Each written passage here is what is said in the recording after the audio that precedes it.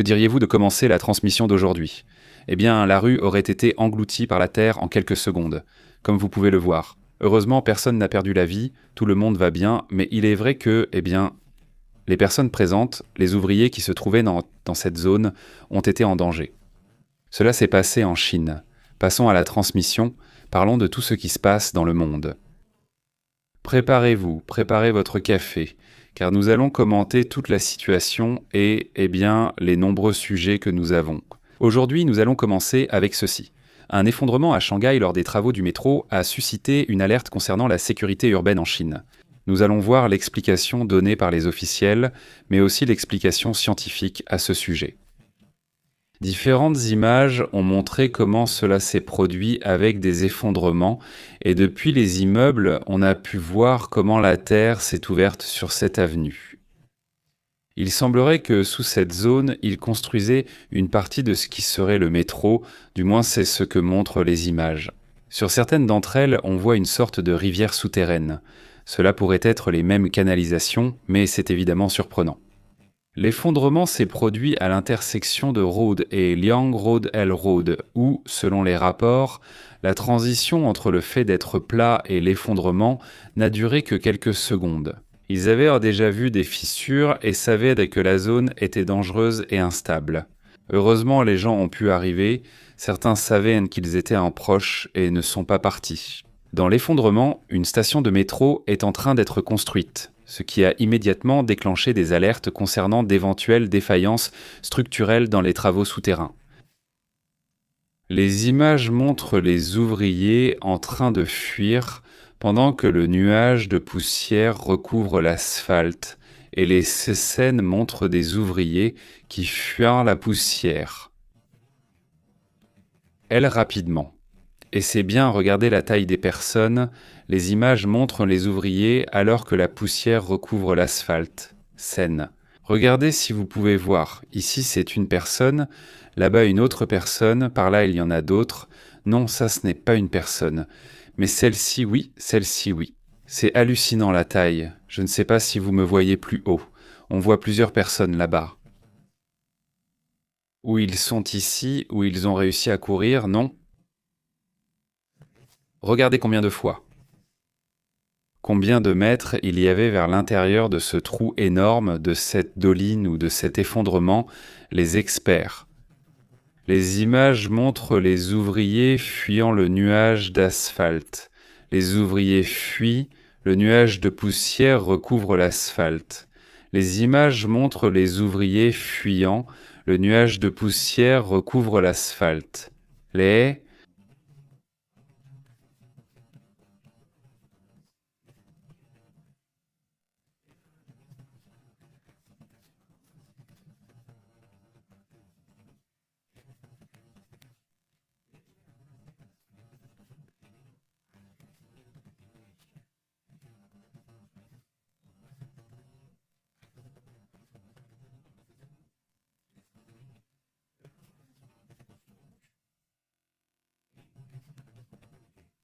Les bâtiments doivent avoir environ 20-25 ans, puis ils doivent être démolis et reconstruits. Donc c'est aussi un sujet. Les images montrent des ouvriers en train de fuir, le nuage de poussière recouvre l'asphalte, elles montrent les ouvriers en train de fuir.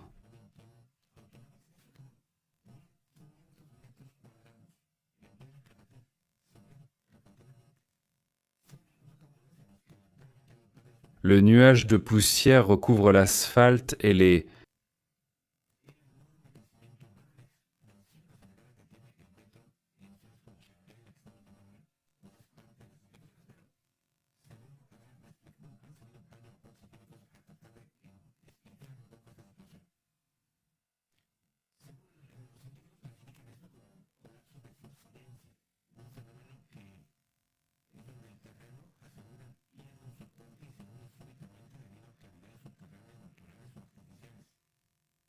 Les images montrent les ouvriers, le nuage, la poussière, l'asphalte, les...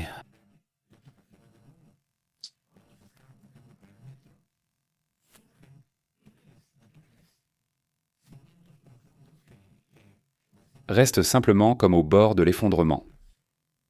Un autre facteur est la calcification, un processus chimique dans lequel l'eau souterraine dissout des roches comme le calcaire et la dolomite. Cela crée des vides qui sont comme une sorte de bulles invisibles. Des images montrent des ouvriers, le nuage de...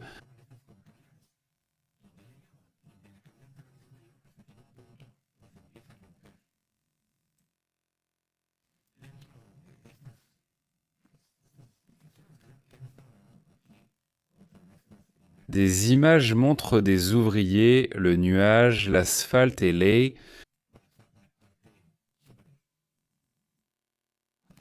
Ici, certaines zones reçoivent plus de pluie, et cela accélère le processus, car il y a aussi beaucoup de porosité, comme poreux, disons, le sujet, selon ce que rapporte la réalité du sol de la région. Image de la fuite du nuage, asphalte.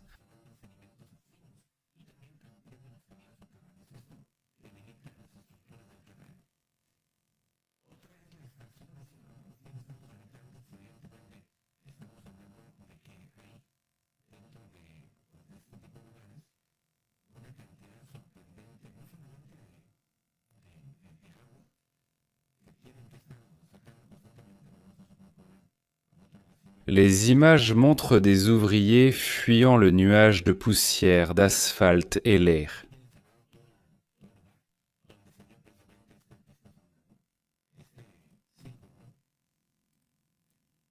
D'après ce qui est rapporté. Eh bien, dans les prochains jours, une analyse sera effectuée pour déterminer combien de temps cela prendra pour... Les images montrent les ouvriers, le nuage de poussière recouvre l'asphalte.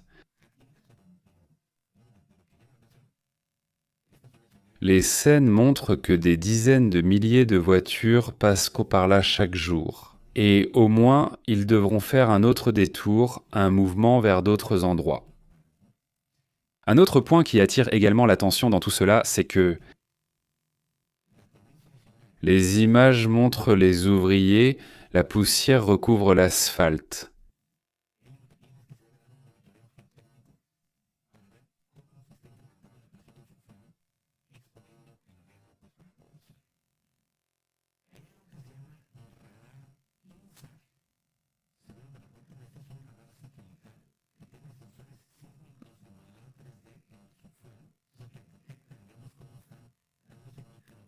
Les images montrent les ouvriers en train de fuir. Le nuage de poussière recouvre l'asphalte et les scènes montrent les ouvriers en train de fuir. Le nuage recouvre l'asphalte. Et c'est ce qu'ils demandent.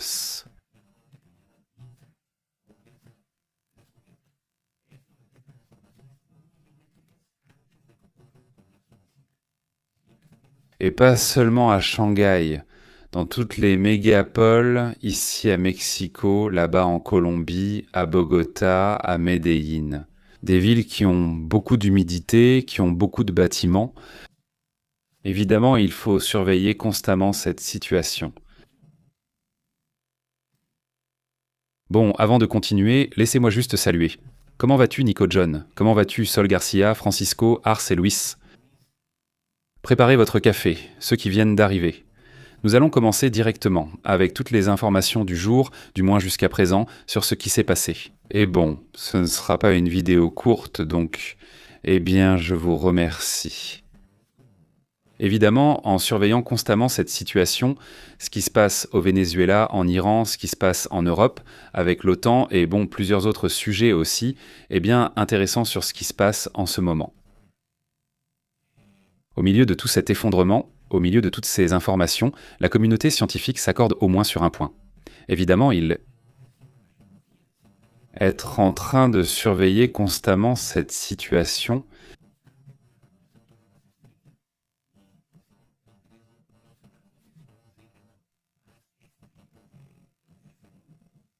Évidemment, en train de surveiller constamment cette situation. Allons-y.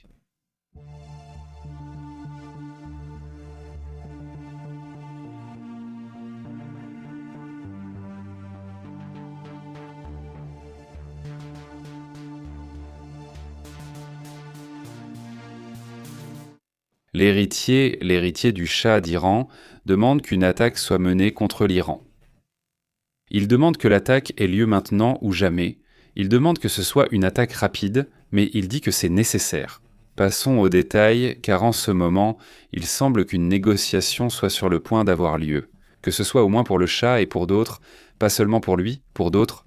Beaucoup d'experts assurent que ce n'est rien d'autre qu'une tromperie. Ce n'est pas le cas, c'est juste une façon pour les ayatollahs de gagner du temps.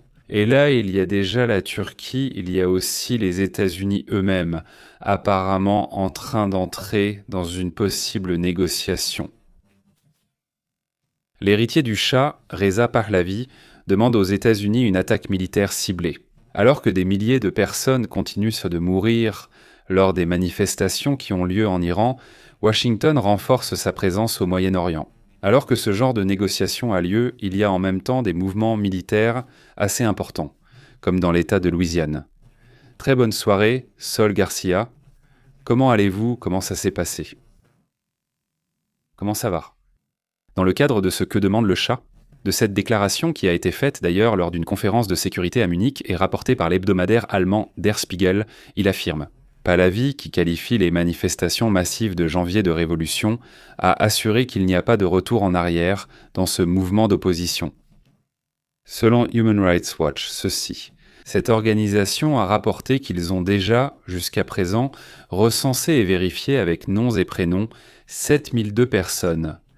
Des personnes qui ont perdu la vie à cause du régime des secteurs. Les chiffres sont bien plus élevés, mais disons que ce qui peut être quantifié avec noms et prénoms, avec les confirmations des familles, tout ce genre de choses. Parce qu'au final, on parle parfois de chiffres plus élevés, mais on n'a pas encore les noms, donc là, le régime reconnaît. Environ 3117, 3120.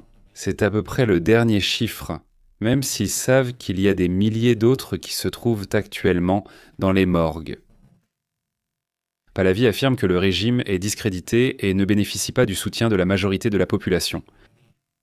Que les dirigeants sont cachés dans des bunkers. Pendant que les secteurs du pouvoir transfèrent des capitaux, ils transfèrent dans les capitaux, aussi bien en crypto-monnaie qu'en argent, vers le Moyen-Orient. Ils les envoient dans des refuges. En gros, ils envoient une grande partie de l'argent de l'Iran hors de ce pays. Le leader de l'opposition a affirmé qu'il y a environ 100 000 personnes au sein du système iranien, y compris les membres de la sécurité. Et que parmi ces groupes, certains auraient communiqué avec lui, avec l'équipe du prince héritier.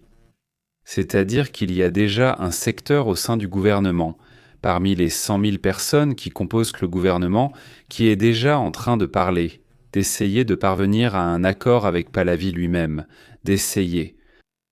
Dès le 13 janvier, le président Donald Trump avait déjà envoyé des signes de soutien lorsqu'il a déclaré que l'aide était en route.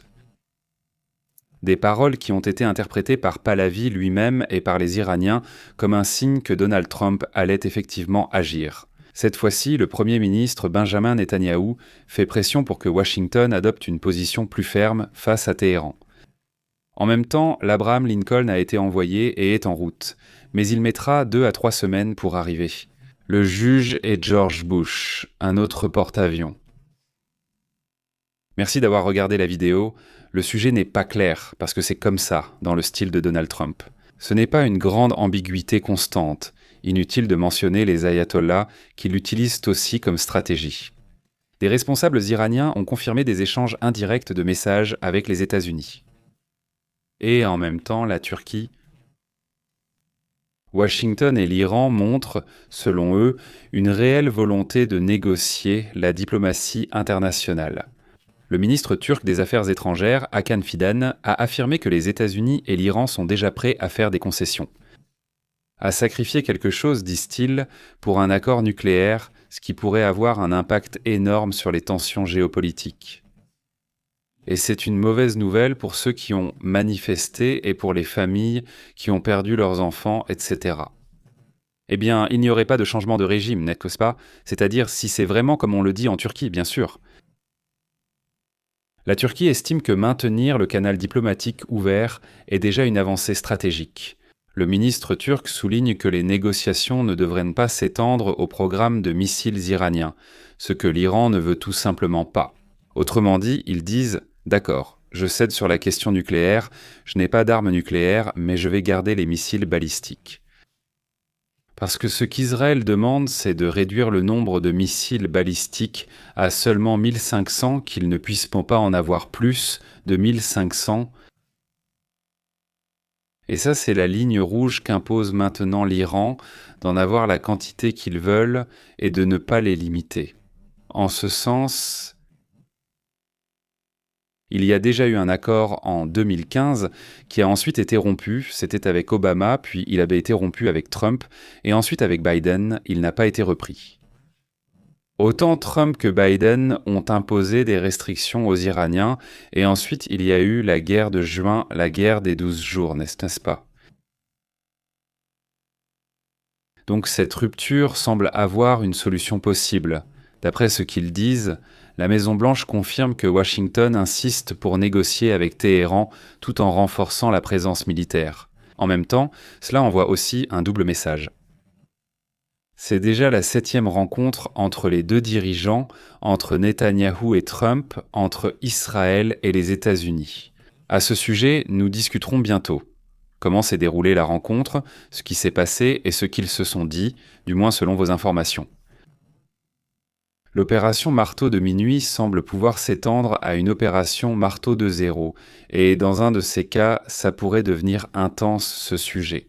Ils ont aussi refusé de céder sur la question du Hamas et du Hezbollah, à qui on demande de ne pas apporter leur soutien dans ces guerres par procuration. Des groupes terroristes qui ont agi en Syrie, au Liban, à Gaza, c'est-à-dire qui ont aussi été présents au Yémen avec les Houthis. Et ils ne veulent pas non plus y renoncer. Donc oui, c'est compliqué. Donald Trump avertit aussi que si l'Iran refuse l'accord, les conséquences seront graves. En haussant le ton, c'est soit à ma façon, soit rien du tout, comme on dit. En gros, c'est y aller l'épée à la main, tout simplement. Et en fait, c'est très clair. La plus grande force militaire à l'étranger en ce moment se trouve au Moyen-Orient, précisément en direction de l'Iran, n'est-ce pas? C'est-à-dire, c'est ça leur priorité en ce moment. Pas le fait que la Russie soit partie, ou du moins se soit préparée. Les familles et le personnel non essentiel sont déjà partis, mais ils ont aussi préparé les opérateurs de la centrale nucléaire, qui sont russes. En Iran, ils les ont déjà préparés à partir. Les évacuations auraient donc commencé, mais la Russie ne l'a pas confirmé. Le sujet reste ambigu. Sur place, il semble que rien n'ait débuté. D'autres disent que non, pas encore. Qui sait? L'Australie et de nombreux autres pays ont déjà évacué la plupart de leurs diplomates présents depuis un certain temps. Eh bien, même la Chine a déjà déplacé du personnel et a demandé à ses citoyens de quitter l'Iran, les citoyens qui vivent là-bas. Non, je ne sais pas s'ils vont écouter ou non à ce sujet, n'est-ce pas? Mais oui, beaucoup de pays ont déjà commencé à se mobiliser, y compris les alliés de l'Iran lui-même. Ils doivent voir quelque chose, je suppose. Passons à autre chose. Comment vas-tu? Sol Garcia Sanvani a dit « Très bonne journée à tous, communauté, merci beaucoup, salutations jusqu'à Coyoacán, Ocoyoacán. » Ce ne serait pas Ocoyoacac, pardon, j'ai perdu le fil. Coyoacán, Ocoyoacac, État de Mexico. Salut Claudio, comment vas-tu? Merci alors, comment ça va? Il demande. Bon, on te lit tout de suite avec plaisir, très bien, merci beaucoup. Merci infiniment Claudia. Claudia, pardon, j'ai dit Claudia, ce n'est pas Claudia, salutations. Claudia Compine, un grand salut. Et tout de suite, nous continuons à discuter des autres sujets également importants. Salutations.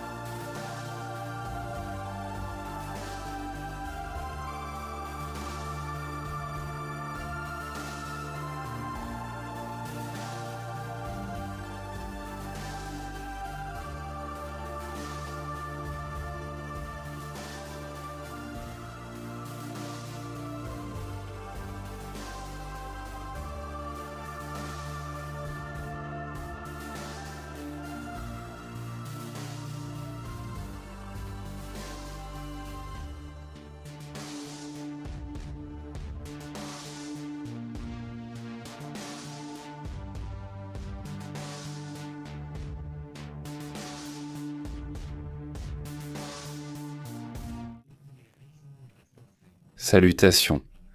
Cela fait partie des scientifiques qui voient maintenant que tout le monde veut soudainement s'évader. Mais les scientifiques élaborent un plan au moins, contre ce qu'ils appellent le glacier du jugement dernier. Les scientifiques Belvanet proposent de construire une sorte de mur sous-marin de 80 km pour éviter l'effondrement d'un glacier. Salutations White, Ontrilar, Ota, Kondi, Descentiadar, en Antarctique. Des glaciers qui sont très dangereux car cela pourrait provoquer une élévation du niveau de la mer d'environ 65 cm et à 65 cm. Certains diront que 65 cm ce n'est pas énorme, mais c'est tout de même significatif. Il y a des pays, surtout des îles, qui disparaissent pratiquement, car il y a même des villes qui sont quasiment au niveau de la mer. Et avec 65 cm, c'est suffisant pour inonder des sections entières. On va avoir beaucoup de Venise, si on continue comme ça. Les scientifiques proposent qu'il faut faire quelque chose avec ce glacier. Je ne sais pas si c'est évitable, sincèrement. Parfois tu te dis, on va faire une dépense énorme pour ça, est-ce que ça en vaut la peine ? Eh bien, moi je trouve ça difficile, mais d'après ce qu'il rapporte, le glacier Thwaites qui est « je vais l'épeler ». Thwaites, au cas où quelqu'un voudrait faire des recherches, il est situé dans la mer d'Amundsen, en Antarctique occidentale. Ce n'est pas pour exagérer, parce que parfois on dit un glacier et on s'imagine juste un morceau de glace de quelques dizaines de mètres. La plupart des gens pensent cela, moi aussi parfois je me dis 1 ou 2 kilomètres. Tu vois, si tu imagines quelque chose de vraiment grand, mais ce glacier s'appelle le glacier du jugement dernier pour une raison, non ? Et il va élever tout l'océan de 65 cm, ce qui est énorme. Vraiment beaucoup. Laisse de côté le fait que les gens vont devoir quitter leurs îles ou partir de là où ils vivent, laisse ça de côté. L'effet que cela aurait sur les ouragans et en général sur le comportement de la mer serait énorme. Pour nous donner une idée de la taille du glacier en comparaison, ce glacier est à peu près de la taille de tout le Royaume-Uni. Ou, pour aller de ce côté-ci de l'Atlantique, disons, il fait la taille de toute la Floride, tu te rends compte ? Imaginez toute la Floride ou tout le Royaume-Uni. C'est un énorme morceau de glace et soudain il entre dans l'eau. Il n'est pas dans l'eau, il pénètre dans l'eau. Et donc évidemment, cela a évidemment un effet. Et donc ils assurent que ce glacier possède ou maintient de la glace sur la terre ferme. Attention, il n'est pas dans la mer. La glace maintenue sur la mer, sur la terre, si elle fond, la mer ne monte pas. C'est-à-dire, si soudain une glace qui est déjà dans la mer fond, il ne se passe rien. Extérieur, le poids de cette glace est déjà pris en compte dans la mer. Gratuitement, c'est pareil. La variation est minime. Mais quand cette glace est sur la terre, qu'elle fond et que l'eau s'écoule, là le niveau de la mer monte vraiment. Donc tout à coup, cela dépend aussi de la façon dont le glacier est situé et de l'endroit où il se trouve. Dans ce cas, d'après les rapports, le niveau de la mer monterait d'environ 2,1 pieds, soit 65 cm si le glacier s'effondre complètement. Actuellement, il contribue à environ 4% de toute cette situation qui se produit dans l'océan. Il représente 4% de ces effondrements et de la hausse du niveau de la mer. La principale menace ne vient pas du fait que la mer monte, mais du changement des courants marins. C'est probablement l'effet le plus dur, au-delà du fait que, on va perdre du terrain, que certaines personnes devront évacuer. Tout cela ne sera pas drastique, ça ne va pas arriver du jour au lendemain, comme si c'était une tornade ou un ouragan. Mais c'est un processus qui prendrait des semaines ou des mois, donc c'est quelque chose que tu peux plus ou moins gérer. C'est très dur parce que si quelqu'un a sa maison là et y a vécu toute sa vie, il va devoir partir. Mais le plus radical, c'est ce qui arriverait aux courants comme l'AMOC, des courants qui seraient affectés ou même disparaîtraient. Le courant AMOC est celui qui transporte l'eau chaude du golfe du Mexique, tout ce qui est l'Atlantique, le golfe du Mexique, et remonte vers l'Atlantique Nord. Et cette eau chaude permet que tout l'océan Atlantique au nord ne gèle pas. Sans ce courant, le nord de l'Atlantique gèle, il devient un énorme bloc de glace. Eh bien, New York, par exemple, n'aurait que de la glace sur la côte. Il n'y aurait pas de côte, il y aurait de la glace, elle ne serait pas là. c'est ce qu'il pense qu'il pourrait arriver. C'est-à-dire que toute cette zone deviendrait inutilisable, il n'y aurait plus de possibilité de pêche, de transport, il y aurait donc un effet énorme. N'est-ce pas la principale menace ? Face à tout cela, le groupe international de scientifiques propose de construire une barrière appelée le rideau Sauber, qui serait une sorte de mur ancré au fond marin. D'environ 150 mètres de hauteur et 82 km de long, sa fonction serait de bloquer le passage de l'eau chaude qui accélère la fonte, mais il ne cherche pas à arrêter le glacier car c'est impossible, c'est-à-dire arrêter le glacier c'est quelque chose que nous ne pouvons pas faire. Cela reviendrait à arrêter un pays entier. En gros, regarde, ceci l'explique, je pense, mieux que ce que je pourrais dire. C'est la partie de la publication dans la revue scientifique Nature qui montre ce qu'ils veulent faire. Qu'est-ce qu'ils veulent faire ? Ce glacier reçoit de l'eau, par cette partie, disons, entre la terre et la glace, l'eau chaude arrive et cela le fait fondre, accélérant de plus en plus la fonte de ce glacier.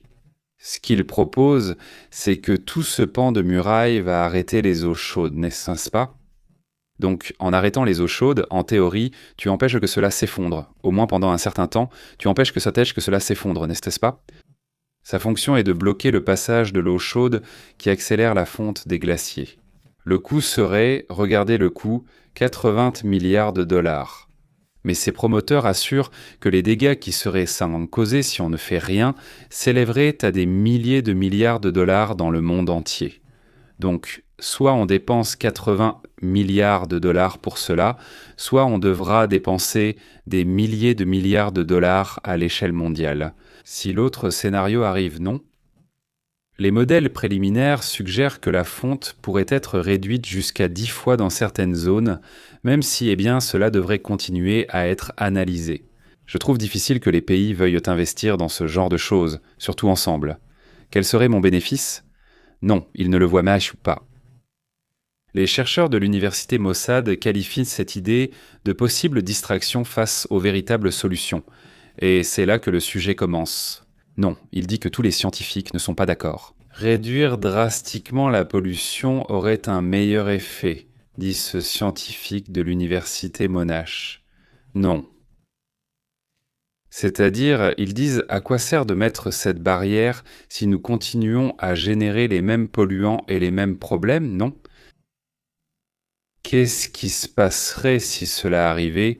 Si le White sous le soi-disant glacier du jugement dernier, dit-il, les villes côtières seraient sous menace permanente, des millions de personnes devraient être déplacées, les infrastructures portuaires et les économies subiraient des dommages massifs.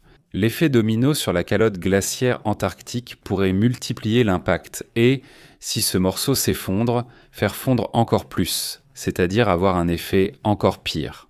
Ne pas investir des milliards dans une ingénierie climatique radicale ou concentrer tous les efforts pour freiner le réchauffement pourrait-il être la solution ? Les scientifiques posent la question ici, mais en vérité, je ne pense pas qu'ils aient encore une réponse à ce sujet. Un autre sujet qui attire également l'attention, regardez à part, sans sortir de ce thème, c'est ce qui se passe à Cuba. Ce qui m'interpelle, c'est que, en plus de la crise énergétique, de la crise touristique, de la crise de toutes sortes, le marché informel bat un record historique concernant la vente du dollar. Et ici, je ne sais pas si mes amis à Cuba nous regardent, mais ce serait intéressant qu'ils en parlent. D'après ce qu'ils rapportent, le peso est tombé à environ 500 pour $1. Cela évidemment déclenche une alerte sur l'île.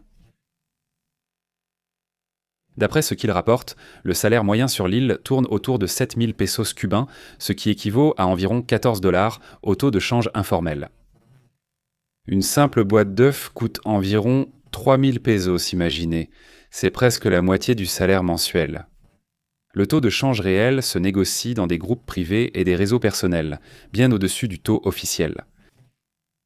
L'État maintient plusieurs taux officiels, allant de 24 cups par dollar à 425 cups, c'est-à-dire, c'est le taux le plus récent.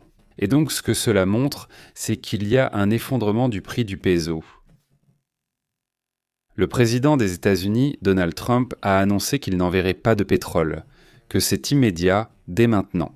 La Russie discute avec les États-Unis pour voir s'ils peuvent parvenir à un accord et leur envoyer du pétrole via la Russie. Au Mexique, on a également mené des actions diplomatiques pour voir s'il est possible d'envoyer du pétrole sans qu'il y ait de conséquences en termes de droits de douane.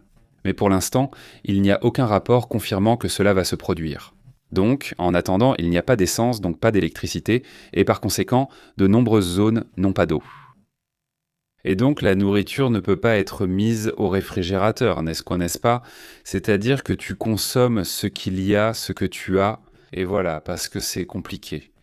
Il ne doit pas y avoir de zones qui, je suppose, ont encore de l'électricité, parce qu'ici, ils se branchent encore, non? Mais bon, c'est énorme. Certains estiment qu'il faudra encore 1 semaine, 2 semaines d'électricité. Si cela ne se résout pas à cause de ça, alors ce sera la crise maximale, non?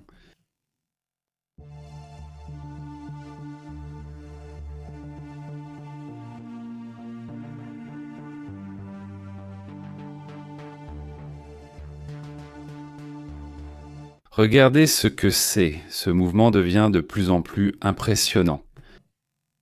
Nous parlons du fait que Kim Jong-un prépare actuellement sa 4e dynastie, c'est-à-dire que la famille Kim Jong-un prépare la 4e dynastie. Avec une jeune fille de 13 ans, il est très jeune. Je veux dire, oui, il a des problèmes de santé, il fume beaucoup, il a toujours eu des problèmes de poids, de genoux, de tabac, tout ce que tu veux.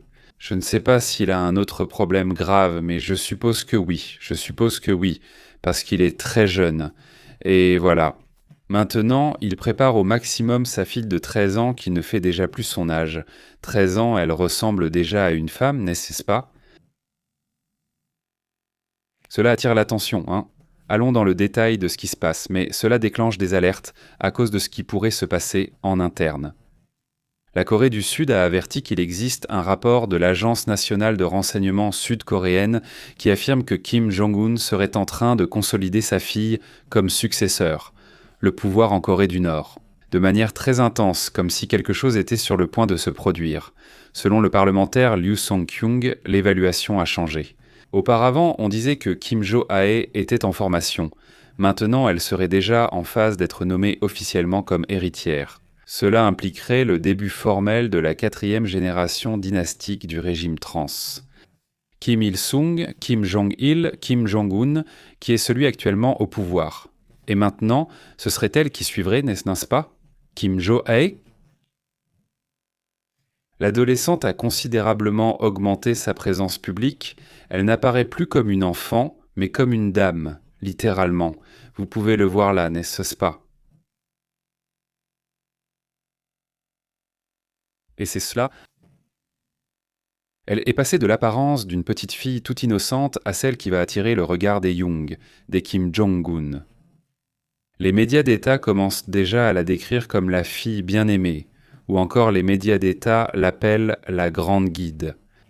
Ce sont des termes historiquement utilisés pour les dirigeants suprêmes, et ils les utilisent déjà, en ce moment.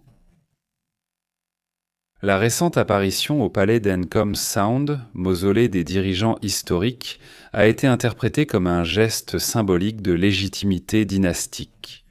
La Nice considère que Yo-ae participerait déjà aux décisions de haut niveau et serait traité comme la 2e personnalité du pays. Des analystes sud-coréens suggèrent qu'elle pourrait être nommée première secrétaire du comité central du Parti des travailleurs, le 2e poste le plus puissant du régime. Tout sera décidé lors du prochain congrès du Parti des travailleurs.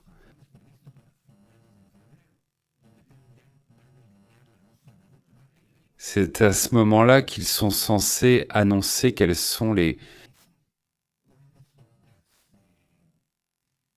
propositions, l'approche militaire qu'ils vont adopter. C'est bien cela, non? Quelle est donc cette approche ou voie militaire? Dans les prochains mois et dans les prochaines années. De temps en temps, celui que je ne fais cela. Comment va Roublox? Bonjour Véronique, comment ça va? À toute la communauté qui arrive, merci beaucoup. Laissez des commentaires pour nous dire d'où vous nous regardez. Je sais que parfois, vous arrivez ici, nouvelle communauté. Dites-nous d'où vous nous regardez, d'où vous nous écoutez. Véronique Delacroix, comment vas-tu? Si cela se confirme d'une manière ou d'une autre, ils disent tout d'abord que la dynastie continue, évidemment, mais deuxièmement, que peut-être quelque chose se passe avec Kim Jong-un. Non, pourquoi? Parce qu'en théorie, il devrait lui rester beaucoup de vie, non? Le mouvement chercherait à envoyer un message interne de stabilité après qu'il y ait eu des ajustements internes impliquant des personnes de très haut niveau qui ont été écartées de ce gouvernement. Le rôle de la fille de Kim Jong-un apparaît lors d'événements militaires, ce qui suggère qu'on pense déjà à lui faire connaître les secrets militaires de la Corée du Nord. Non, et bon, eh bien, rien de plus, rien de plus. C'est-à-dire, c'est un profil très curieux, pas très impressionnant. Qu'ils pensent à cette possibilité déjà dès maintenant. Passons à d'autres sujets également intéressants.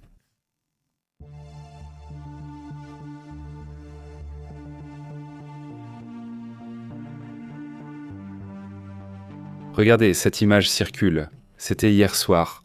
Le dirigeant de Vente Venezuela, Maria Ropeza, qui vient de sortir, ils l'ont libéré de prison, pas de la détention politique. Arrivé dans son état, Portuguesa en caravane, au cri de liberté. C'est bien, évidemment, c'est agréable de voir les prisonniers politiques sortir, de les voir élever la voix, de les voir célébrer. Il reste encore beaucoup à faire face à ce qui se passe au Venezuela, mais cette image attire l'attention, évidemment, une image qui attire aussi l'attention. C'est quelque chose qui s'est passé là-bas en Floride, où l'on voit un groupe de personnes, de techniciens et de spécialistes des animaux. Et combien de personnes ont dû aller à un endroit pour sortir ce lamantin? Regardez la taille du lamantin, vous savez déjà à quel point les lamantins sont énormes, n'est-ce pas? Ce lamantin de 410 livres a été sauvé à l'aide d'une grue après être resté coincé dans un drain pluvial en Floride. Eh bien, c'est une bonne nouvelle qu'ils aient pu le sauver, parce que le lamantin n'aurait pas survécu autrement, hein? S'il ne l'avait pas sauvé, il n'aurait pas survécu. Comment serait-il sorti de là? Franchement, c'était très compliqué, mais bon, voilà le gigantesque lamantin. D'autres images qui ont surpris. Ça, c'était en Floride, mais passons à ce qui se passe en Ukraine, écoutons ceci. Merde, putain, allons-y, merde. Bon, qu'est-ce qui s'est passé là? Voyons, c'est sûr qu'ils vont le signaler. Ceux-là sont du côté russe, Ce que vous avez entendu là, ce sont des drones ukrainiens attaquant l'usine Progrès à Mourousnik, dans la région de Tambov, en Russie. Où également, ils mènent des attaques contre des zones de centrales électriques dans cette partie du monde. Maintenant, un autre sujet qui attire l'attention, c'est ceci qui apparaît en ce moment, selon ce que rapporte le groupe de hackers ukrainiens appelé 256e Division d'assaut cybernétique. Ils ont signalé avoir créé un réseau de faux canaux et de bots qui proposent des services de personnel militaire russe pour activer des terminaux Starlink. C'est-à-dire que, selon les données, en seulement une semaine, ils ont recueilli 2420 demandes avec des détails sur les terminaux et les géolocalisateurs Toutes les informations reçues ont été transmises pour un traitement ultérieur et la prise de mesures appropriées. C'est-à-dire, là se trouve toute la liste des positions où se trouveraient les militaires russes qui ont utilisé le Starlink. C'est un type de piratage évidemment très dur dans le contexte ou en période de conflit armé. En parlant de la Russie, d'ailleurs, regardez aussi cet endroit. C'est une forme de protestation, de protester, de dire que c'est un peuple.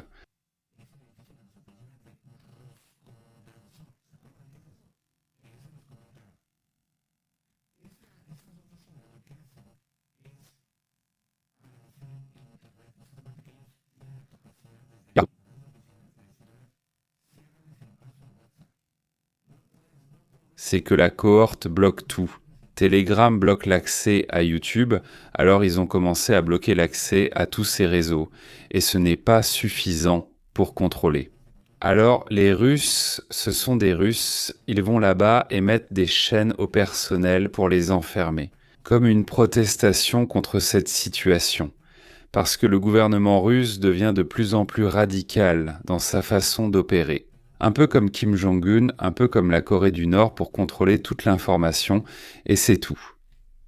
Passons à un autre sujet. On rapporte en ce moment qu'à Kiev, à Dnipro et à Odessa, il y a actuellement des attaques de drones et de missiles russes contre l'Ukraine. L'attaque dirigée contre l'infrastructure énergétique attire l'attention, mais aujourd'hui elle s'est concentrée sur des immeubles résidentiels. Pour l'instant, aucune victime n'a été signalée. Les habitants de la capitale sont à l'intérieur des abris, la plupart d'entre eux sur des matelas, des couvertures ou des sacs de couchage pour rester en sécurité. Aujourd'hui, le 12 février. Voilà la situation dans cette région du monde. Passons à d'autres sujets, d'autres rapports également importants. Merci Henri, comment vas-tu? Grand salut Eliseo, Ensel Mapacheco, comment vas-tu? Salutations jusqu'à Guanajuato. Excellent Carlos, comment vas-tu?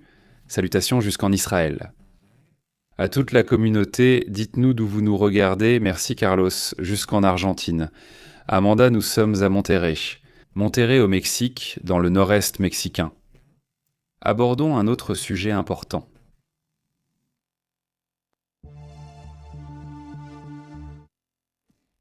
Regardez, les scientifiques ont détecté quelque chose d'étrange dans l'espace. Nous allons en parler, mais d'abord, laissez-moi vous raconter ce que dit Steven Spielberg. Ce grand réalisateur, un réalisateur de cinéma très intéressant, car il a été un réalisateur qui croit profondément au phénomène OVNI, qu'il a étudié et qui ne se contente pas d'enquêter là-dessus, mais qui explore aussi les mystères de l'humanité de manière sérieuse. Et il le fait parce qu'il le peut, parce que ça lui plaît. C'est une personne qui, contrairement à beaucoup d'autres réalisateurs, qui parlent de terreur et de science-fiction. Et ça, mais ils ne croient en rien de tout ça, ils ne croient pas à ce genre de choses, ils le font simplement parce qu'ils aiment divertir qui ils veulent. Le cas de Spielberg est différent dans ce sens. Et il a brisé le silence sur ce qu'il a vécu et sur ce qu'il a vu en ce qui concerne les sujets de ce qu'il a vécu et de ce qu'il a enquêté. Parce qu'il a interviewé des militaires, parce qu'il a interviewé des personnes qui ont eu des expériences très étranges avec ces sujets. Et il affirme qu'au moins d'après ce qu'il a pu observer, l'existence de la vie en dehors de la Terre n'est pas seulement une possibilité, mais c'est garanti que c'est bien le cas. Récemment, aujourd'hui, il te propose aussi un projet, un film qu'il prépare, n'est-ce pas? Il faut se rappeler que lui a produit en partie ce projet de Disclosure Day, le documentaire, vous vous souvenez? Il apporte aussi un autre projet sur ces sujets, non? Il dit qu'il a toujours été fasciné par des choses qui ne peuvent pas être expliquées, rappelant qu'il s'est toujours concentré sur l'inconnu et que c'est un sujet qui le passionne, affirme-t-il. Et il se demande, sur la base des informations qu'il a pu observer, avec ceux avec qui il a pu discuter ou interviewer. Ils assurent qu'au moins, lui, il perçoit qu'il y a effectivement une intelligence ou des intelligences qui essaieraient soit de nous contacter, soit même qui seraient déjà ici sur Terre. Il affirme que c'est un sujet qui doit être exploré, qui doit être étudié, et que là, il y a les images, les témoignages de centaines ou peut-être de milliers de militaires qui ont vécu des expériences étranges. Il affirme, même si dans la science-fiction on a tendance à exagérer, n'est-ce pas? La partie où il y a des attaques, ici et là, au final, c'est du divertissement, non? Mais il dit, en dehors de ça, il pense qu'il y a bien une sorte de quelque chose, n'est-ce pas? D'étrange là, non? Quelque chose que, il dit, c'est une intelligence ou des intelligences qui sont en contact depuis longtemps.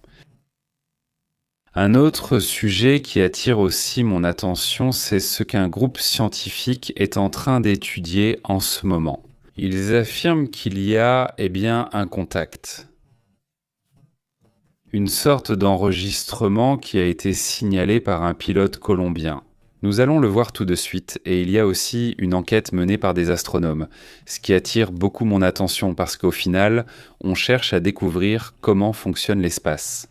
Le télescope spatial Hubble aurait capté quelque chose qui est, pour les scientifiques, quelque chose d'étrange. Un jeu de lumière autour d'une étoile mourante à 1000 années-lumière a révélé des détails inédits sur le destin final du Soleil. Selon ce que rapportent les images, non, ce sont ces images qui sont. Elles montrent plus ou moins ce qu'ils ont vu comme une sorte de vibration lumineuse qui a attiré l'attention de ces scientifiques, assure-t-il. Dans cette analyse qui a été faite, les motifs symétriques suggèrent une possible interaction gravitationnelle. Une autre étoile cachée sous la poussière qu'on ne peut pas voir, Contrairement à une explosion violente, ici nous voyons une sorte de processus ordonné et progressif d'expulsion de masse. La poussière libérée par les étoiles mourantes a été essentielle pour former des systèmes planétaires, y compris le nôtre, il y a environ 4,5 milliards d'années. Ce que l'on voit là serait une sorte de nébuleuse d'œufs, c'est ainsi qu'ils l'ont appelée. Ce n'est pas seulement une étoile en train de mourir, c'est un recyclage cosmique en action, selon ce qui a été rapporté. Non, un autre sujet, c'est celui dont je vous parle ici. Cet objet aurait été capturé par un pilote colombien. Ici, je prends seulement la partie de l'image et rien de plus. Je commente rapidement. Comment ça s'est passé ? Ce cas qui est curieux concerne un pilote d'Antioquia qui a filmé en haute résolution un objet sans aile ni moteur visible. Des scientifiques sont en train de les étudier. Ils les étudient celui-ci, des experts en aéronautique pour déterminer de quoi il s'agit. La vidéo a été enregistrée par un pilote de Colombie à 12 500 pieds d'altitude. Et cela évidemment attire l'attention parce que ce n'est pas le premier et je ne pense pas que ce sera le dernier. Sincèrement, non. Ce sont des objets qui continuent d'apparaître et je ne sais pas si on peut dire qu'on s'habitue à les voir, mais ils sont plus fréquents. Tu es d'accord ? Donc il y a plus de pilotes qui osent publier ce genre de choses ? Allons, passons à certains des points les plus intéressants de ce sujet, n'est-ce pas ? Et c'est tout. Laisse-moi voir si le chat est déjà là. Bon, on ne le voit pas encore, voilà, il est là. Ah, pardon, je l'ai apporté, voilà, c'est parfait, voilà. Rouble, salutations, merci beaucoup à tous. Rouble, très bien, Francisco Arce, comment vas-tu ? Très bien, tu dis. Il y a quelque temps, en Argentine, on a vu un double arc-en-ciel. J'ai été la seule personne à dire que c'était génial, ma sœur, que c'était génial. Moi aussi, ça m'est déjà arrivé de voir un double arc-en-ciel une fois. Allô ? L'objet a été capté en train de se déplacer à environ. Imaginez-vous à peu près à 200-250 km/h. Oui, d'après ce qui a été rapporté, on n'observe pas de moteur, on n'a rien entendu, il n'y a pas de système de propulsion. Oui. L'image la capture, eh bien, c'est assez intéressant. Il y a déjà plusieurs chercheurs sur le sujet qui essaient aussi d'analyser si c'est un type de drone ou autre chose. Non, pour déterminer si c'est une technologie connue. Du moins. Nous verrons quelles conclusions en ressortiront, n'est-ce pas ? Mais ces objets, ces choses apparaissent depuis des décennies, au moins enregistrées parce qu'on pourrait même parler de siècles. On constate déjà ce que l'histoire contient, non ? Il existe des histoires très intéressantes à ce propos, n'est-ce pas ? Cela s'est produit en 2022 d'ailleurs, à 12 000 à 12 500 pieds d'altitude. Le sujet a-t-il été renouvelé ? Parce que bon, c'est ce que dit le Pentagone. Ce que dit le département de la sécurité intérieure, c'est que ces WAF, ces objets, eh bien, ils sont là. Ils ne les appellent pas des anomalies, non, ils ne les appellent pas souvent des objets. Ils préfèrent dire anomalies aériennes. Et je ne sais pas quoi, tant de choses, non. Et maintenant, on utilise déjà le terme WAF, au lieu d'OVNI ou d'OVNI, ils ont préféré utiliser le terme WAF. Je pense aussi que c'est pour minimiser la possibilité que ce soit non humain, non. La possibilité existe, non. Mais ce sujet ne laisse aucun doute. Et j'ai aussi changé de sujet, regardez, c'est vraiment incroyable. Parfois la nature, non, regardez. Ce que nous voyons ici, c'est la queue d'une chenille. Oui, c'est la queue d'une chenille. Mais regardez, on dirait un serpent, c'est la queue. Mais évidemment, qui s'approcherait ? Je veux dire un oiseau, parce que les oiseaux mangent les chenilles. Non, mais un oiseau voit ça et dit non, merci, n'est-ce pas ? Allons ailleurs, parce que ça ressemble à un serpent, non ? Et les serpents, eh bien, ils mangent des oiseaux, il y a des serpents qui en mangent. Donc c'est vraiment intéressant, non ? Comme le niveau d'adaptation de la nature est hallucinant. C'est-à-dire comment une intelligence de chenille n'évoluerait-elle pas pour pratiquement devenir visuellement un serpent, une vipère ? Non ? Eh bien, ceci a été partagé par ScienceGuard sur Twitter, c'est vraiment hallucinant. Eh bien, je ne reconnais pas de quel type de chose il s'agit, mais si quelqu'un peut me le dire. Nous avons déjà vu plusieurs adaptations similaires avec d'autres chenilles. Celle-ci, eh bien, je ne la connais pas, mais je trouve ce sujet vraiment, vraiment intéressant. Maintenant, un autre sujet qui attire mon attention, c'est que je ne sais pas à quel point c'était réel, mais j'ai trouvé l'histoire très intéressante. Quelqu'un peut-il me le confirmer? Cela date de 2012, peut-être que certains s'en souviennent. Un couple, c'est ce couple qui est ici, un couple de Britanniques. Ils ont eu l'idée, pour plaisanter, d'envoyer une invitation à la reine Élisabeth. Non, alors ils ont mis la reine Élisabeth comme invitée et lui ont envoyé l'invitation. Non, et voilà, ils l'ont fait juste pour s'amuser, rien de plus. Et devinez quoi? La reine Élisabeth est apparue et je prends le risque, car il semble très éloigné sur la photo. Non, ce n'était pas seulement la reine, mais aussi le prince Philippe, c'est-à-dire son mari. Non, quand ils disent prince Philippe, non, c'est le bon et c'est son mari, pas celui-ci. Ils sont allés au mariage. Je ne sais pas si c'est... Est-ce qu'il y a quelqu'un qui s'y connaît en royauté anglaise? Je ne sais pas si cela s'est produit, ça me semblerait... La reine Élisabeth a-t-elle eu une période particulière?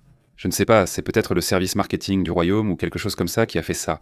Je me souviens qu'elle a commencé à apparaître dans des clips musicaux. Elle a commencé à apparaître dans des films comiques, juste pour faire un caméo, n'est-ce pas? On la voyait de dos, elle a commencé à faire des choses très, très curieuses. Non, je ne sais pas si vous vous en souvenez, mais elle a eu une période de quelques années un peu folle. Non, parce que toujours la même, pas la même gravité, mais elle apparaissait dans des endroits atypiques, n'est-ce pas? C'est comme s'il voulait en transmettre un message différent de la royauté, parce qu'il venait d'une époque où Internet commençait. Ce qui circulait le plus dans le domaine des théories du complot et tous ces sujets, c'était précisément des choses sur la royauté, spécifiquement la reine. Il ne la mentionnera pas tout le temps, donc ça a un peu atténué l'image qu'elle avait à ce moment-là. Non? Eh bien, je ne sais pas, voyons si tu me confirmes, non, ce sujet. En attendant, il dit, passons à d'autres sujets, non, passons aussi à d'autres thèmes importants.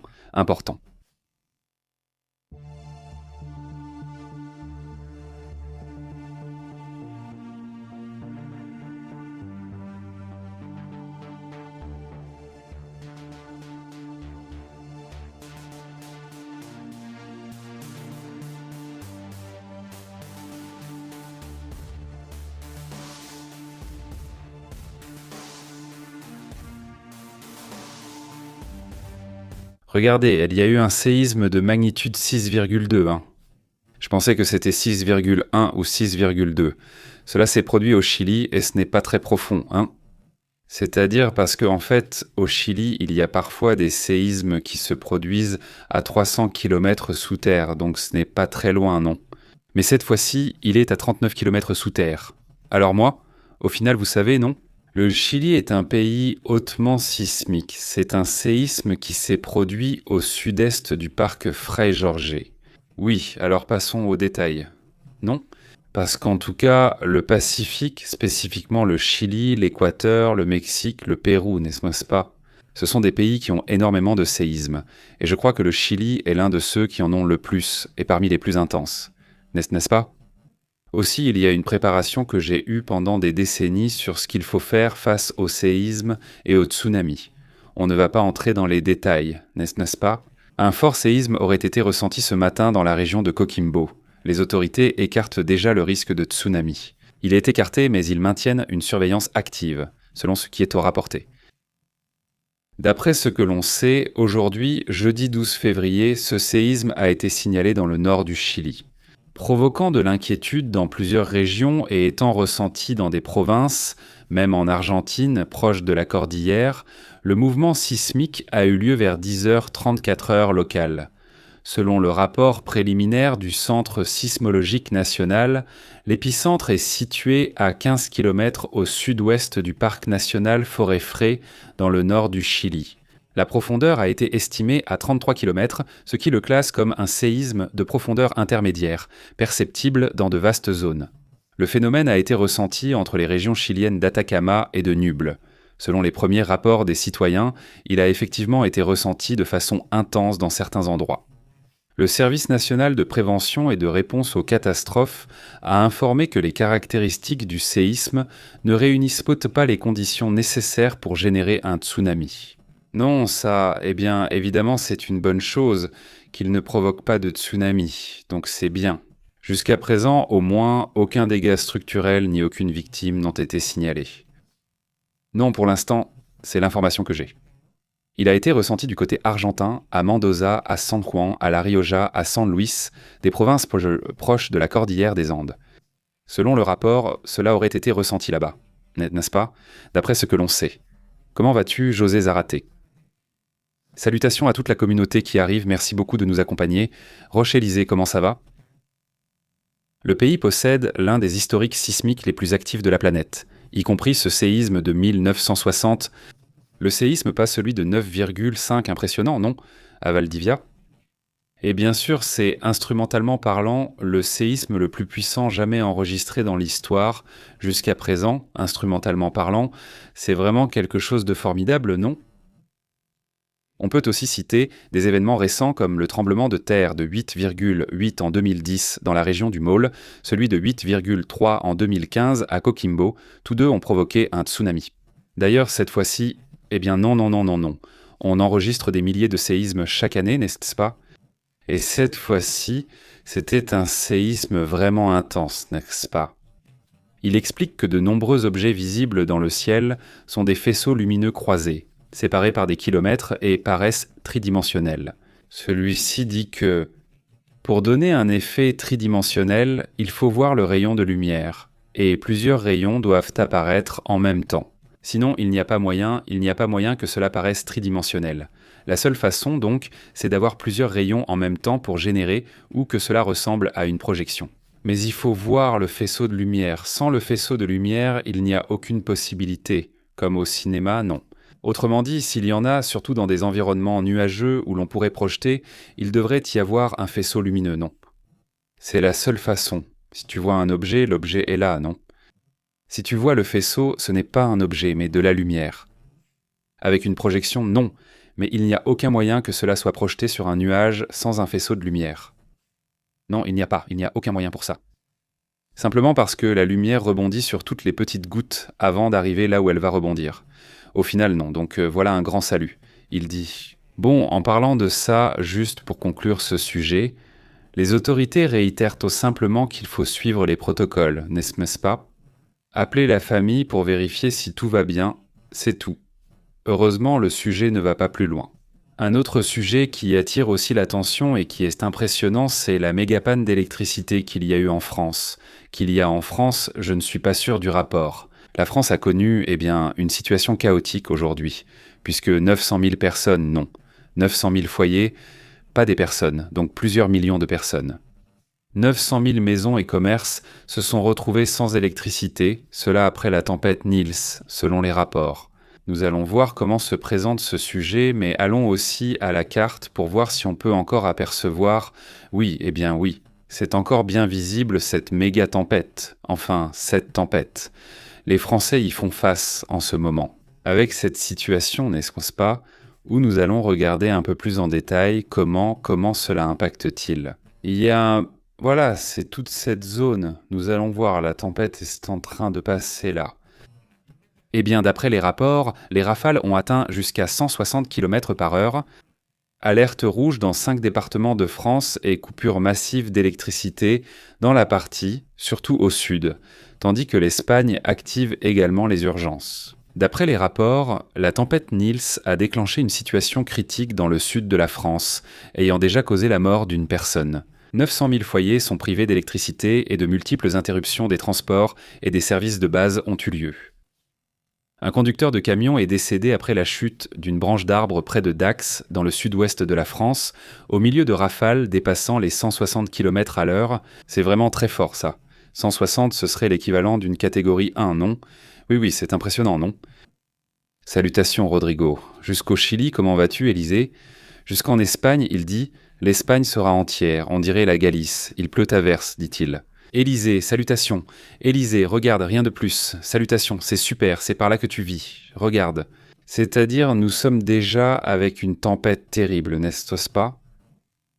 Maintenant, les régions les plus touchées par les coupures de courant sont la Nouvelle-Aquitaine, avec 498 000 foyers sans électricité, et l'Occitanie, avec 365 000 foyers touchés. L'opérateur électrique Enedis a activé sa force d'intervention rapide, la FIRE, qu'ils appellent Force d'intervention rapide électrique, mobilisant 360 employés pour faire face à l'urgence. En France, 1000 techniciens seront également prêts à intervenir pendant la nuit, ainsi que 400 autres travailleurs provenant d'entreprises et de fournisseurs. Prêts à intervenir lorsque la météo le permettra, selon Météo France, qui est le service météorologique là-bas, la tempête est d'une intensité exceptionnelle, ce qui a conduit à déclarer une alerte rouge dans les 5 départements. En France, 200 interventions de pompiers ont été enregistrées en quelques heures, principalement en raison de la chute d'arbres et de lignes électriques au sol. Le trafic ferroviaire a subi des annulations et des retards, tandis que plusieurs routes ont été bloquées par des arbres abattus. L'impact ne s'est pas limité à la France. Sur l'île espagnole de Majorque, par exemple, des vents de 150 km/h ont également été signalés en Catalogne. Cela inclut évidemment le Barça. Alerte rouge décrétée, école fermée et une personne grièvement blessée par la chute d'un arbre. Là aussi, en Catalogne, plusieurs liaisons ferroviaires et routes ont été temporairement bloquées en raison des effets de la tempête. Eh bien donc, énorme salutation, Adrian, il dit. Regarde Barcelone, aujourd'hui 108 km, le vent dit, eh bien, regarde, imagine-toi, c'est énorme. Adrien, je t'envoie un énorme salut et merci de commenter cela. Eh bien, c'est fort. Les autorités signalent un risque persistant lié aux crues, aux avalanches et à de fortes rafales attendues prochainement. Voyons voir, voyons comment sont les rafales de vent actuellement. Regardons ça rapidement. Non, eh bien oui, c'est vraiment très fort. C'est actuel, rien d'autre. Sur la côte sud de la France, les vents sont à peu près entre 95, 100 et quelques kilomètres, ça c'est en ce moment dans le sud de la France. Si on va dans le nord de l'Espagne, le plus intense c'est 87. Du moins, c'est ce que ça m'indique ici, mais bon, c'est déjà en train de partir. Non, on n'a pas pu voir la partie la plus intense en direct, n'est-ce pas? Mais si on recule un peu, peut-être qu'on pourrait mieux voir par là. C'est tout, rien de plus. Ça va jusqu'à 2, 3, 4, 5, 6, 7, 8. Ça va jusqu'à environ 9 heures du matin. C'est ce que je peux voir ici pour l'heure. L'Espagne, n'est-ce pas? Environ. Qu'est-ce que ce serait? Ou bien ça frappe fort dans cette région, principalement en Catalogne, pas dans le sud de la France. 5 départements touchés. Ce qui arrive concerne aussi l'Italie, apparemment non, car ça se passe là-bas. Regardez les vents en ce moment pour se promener sur la côte. Je pense que c'est compliqué. Pas par là, pas pour la Méditerranée. Et toute cette zone suit les vents continuent d'affecter l'Afrique du Nord, le sud de l'Europe, vers la Grèce. Toute cette zone, l'Italie aussi, la Grèce va être affectée, même la Turquie. Pas pour l'instant, là-bas c'est temporaire et tendu, la tempête s'est installée. Là-bas. Ils l'appellent aussi pareil Nils Adrian, à la communauté où se trouve Élysée, à la communauté là-bas en Espagne, ils appellent ça aussi tempête. Lise dit... Aujourd'hui, pas tellement. Enfin, c'était plus. J'imagine que c'était pire hier, non? Oui, eh bien, elle dit ici, hier ça a dépassé 120, elle dit, c'est passé au-dessus de 120, imagine. Bon, ici, ils disent 150 pour l'Espagne, 160 pour la France, selon le rapport. Que j'ai bon. Voilà comment ça se passe, rapidement, je voulais juste vous dire. En ce moment, en Russie, ils annoncent qu'ils envisagent la possibilité d'envoyer de l'essence ou du pétrole à ce... Cuba, non, il dit. Le Kremlin confirme qu'il cherche à envoyer du pétrole à Cuba comme aide humanitaire, tout en évitant une escalade directe avec les États-Unis en pleine crise énergétique. Le porte-parole du Kremlin, Dmitri Peskov, a assuré que la Russie ne souhaite pas d'escalade avec les États-Unis, mais qu'ils vont bien envoyer du pétrole, selon eux. Peskov a rappelé que les échanges commerciaux entre les États-Unis et la Russie sont actuellement presque inexistants. Mais ils disent qu'ils ne cherchent pas une escalade, simplement qu'ils vont, soi-disant, envoyer cette aide à Cuba. Je ne sais pas, disent-ils. Les Russes eux-mêmes ont eu des problèmes avec le pétrole et des pénuries. C'est étrange. Qu'ils aillent l'envoyer à Cuba. En partie, mais bon, c'est ce que dit le ministère de l'économie. Et ce que dit aussi le porte-parole du Kremlin, c'est bien. C'est aussi une partie de ce qui bouge. Un autre sujet qui attire l'attention, c'est qu'aujourd'hui, Delcy Rodriguez, là-bas au Venezuela, rapporte celle qu'ils appellent présidente. Responsable. Non, bon, eh bien, elle a donné une interview à un média américain qui s'appelle Mediapress, avec NBC News. Et elle a assuré que les États-Unis l'auraient invité, à visiter ce pays. Dans l'interview, cela fait donc essentiellement un mois demain, n'est-ce pas? Demain, cela fera un mois après ce moment, après cette prise de pouvoir de Maduro, pas de Nicolas Maduro. Ils l'ont emmené le 3 janvier, demain cela fera un mois. Alors on lui fait cette interview.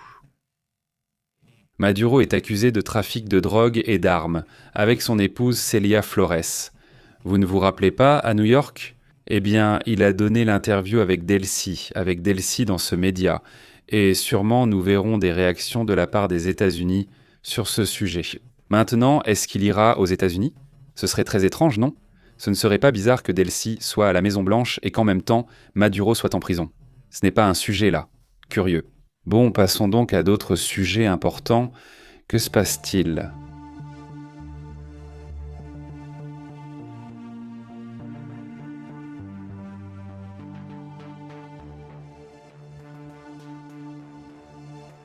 Regardez ce rapport, non? Dans lequel ils assurent que ce dont je vais vous parler pourrait changer l'économie mondiale. Merci, voyons voir. Voici quelque chose de très intéressant. Quels problèmes ont actuellement Trump et les États-Unis? Que se passe-t-il? Juste pour les voir et comprendre rapidement leurs problèmes actuels. Voyez-vous ceci est le Nasdaq, ce sont les entreprises technologiques. Voyez-vous la chute? Oui, en plus de cela, regardons la chute du dollar, non? En d'autres termes, rapprochons-nous et étendons un peu plus. Voilà. C'est la chute du dollar, ça c'est par rapport au peso mexicain, et si on remonte un peu plus loin,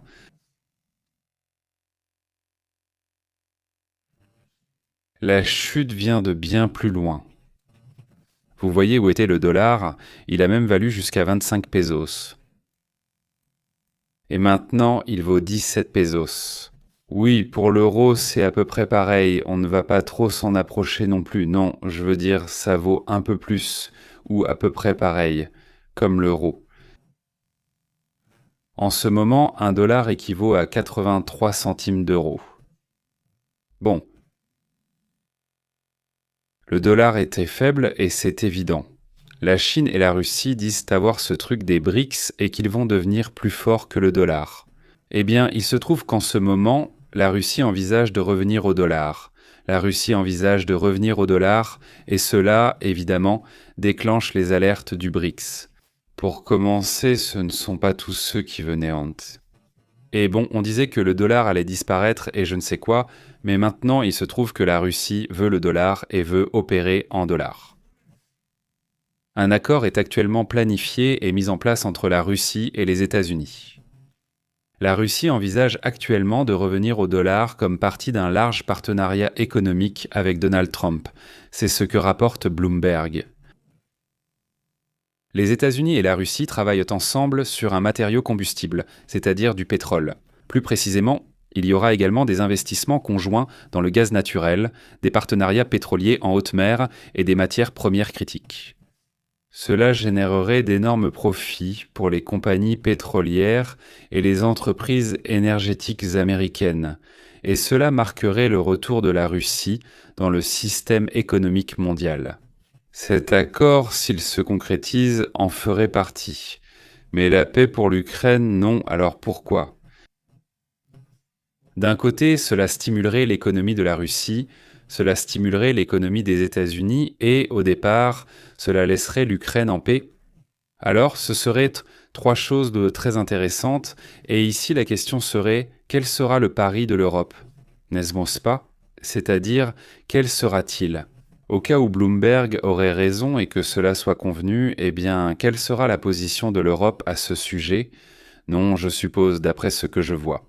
L'Europe va se tourner vers la Chine, va se tourner vers l'Inde, va se tourner vers d'autres endroits et en plus vers les États-Unis, n'est-ce pas? Mais elle devra commencer à faire des affaires avec d'autres pays, n'est-ce pas? Elle devra aussi ouvrir un peu plus ses marchés. C'est très intéressant, je veux dire, je ne sais pas si ça va arriver. Honnêtement, je trouve ça difficile. Tout cela semble très, très étrange, mais ce serait quelque chose d'inouï et sans précédent sur le plan économique. Et tu dirais, où se situe le Brésil? Il est là où se trouve le Brésil. Il a précisé qu'ils ne sont pas opposés au dollar. Non, ils ont dit à plusieurs reprises qu'ils ne sont pas contre le dollar, mais ils veulent aussi avoir d'autres options, n'est-ce pas? L'Inde qui a été un os dur à ronger, parce qu'il a été difficile de faire des affaires avec l'Inde. Eh bien, elle commence déjà à s'ouvrir avec les États-Unis aussi pour baisser les droits de douane, parce que c'est ça, en fait. Moody et Trump se ressemblent beaucoup sur la façon dont ils gèrent la question des droits de douane. L'Inde passe son temps à imposer des droits de douane de 100% sur beaucoup de choses. Par exemple, sur les automobiles venant d'Europe, elle leur applique 100% de droits de douane. Autrement dit, la même stratégie que Trump utilise, Moody l'applique déjà depuis longtemps, ça fait des années. Donc il semble que Moody va s'assouplir un peu sur ce sujet. Et en même temps, il veut plus d'usines et fabriquer davantage lui-même, n'est-ce pas? D'ailleurs, en ce moment, il y a un rapport ici. Je ne sais pas si cela passe au niveau national en ce moment, mais il y a un mouvement de BID et l'autre entreprise chinoise, également dans l'automobile, Red Motors. Je ne sais pas GMW, enfin je ne sais pas comment elle s'appelle, mais cette entreprise est actuellement en concurrence pour acheter une usine automobile au Mexique. Je ne sais pas, je n'ai pas lu le rapport. On en parlera ce soir, ce sera mieux. Mais ils cherchent à produire des voitures, ici, un sujet qui est évidemment nécessaire, n'est-ce pas? S'ils vont vendre autant de voitures ici, eh bien, qu'ils les produisent aussi au minimum, n'est-ce pas? Qu'ils créent aussi des emplois de ce côté. Mais bon, c'est un autre sujet dont nous parlerons plus tard, ce soir. D'ailleurs, passons aussi à quelques-unes des images intéressantes d'aujourd'hui.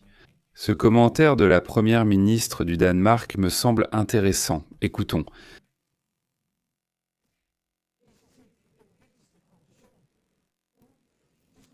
D'après ce que dit la première ministre, le Danemark n'est pas là.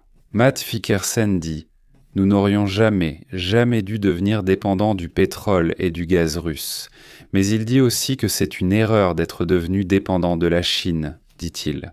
Nous devons avoir des équilibres dans les économies et dans les technologies.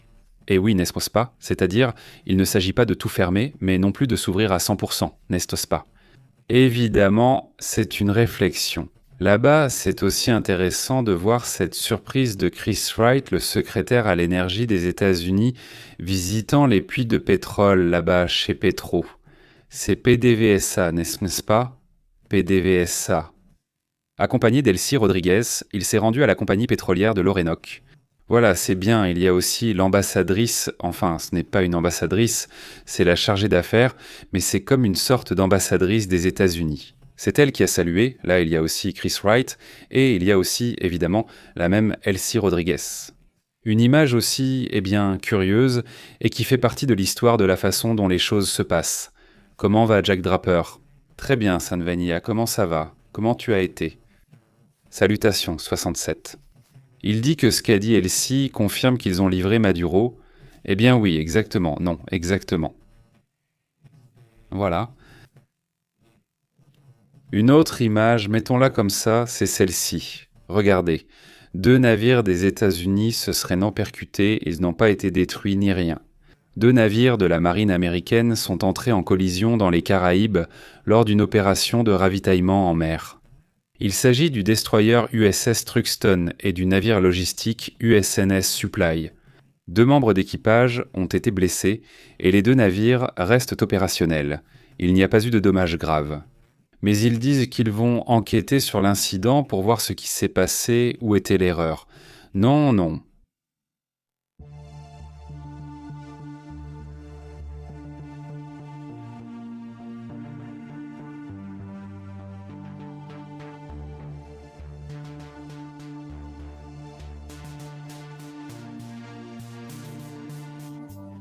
Non?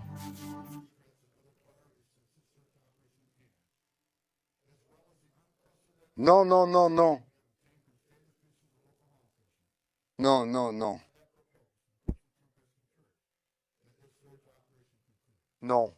C'est historique pour ce qui se passe avec l'ICE, là-bas à Minneapolis. Les opérations de l'ICE ont pris fin. Est-ce la fin de l'ICE à Minneapolis? Ce que demandaient les gens, se croyaient manifester, ce qui a aussi plaidé à plusieurs personnes, eh bien en ce moment il y a une situation importante. Il est ce qu'on appelle le tsar de la nation. Non.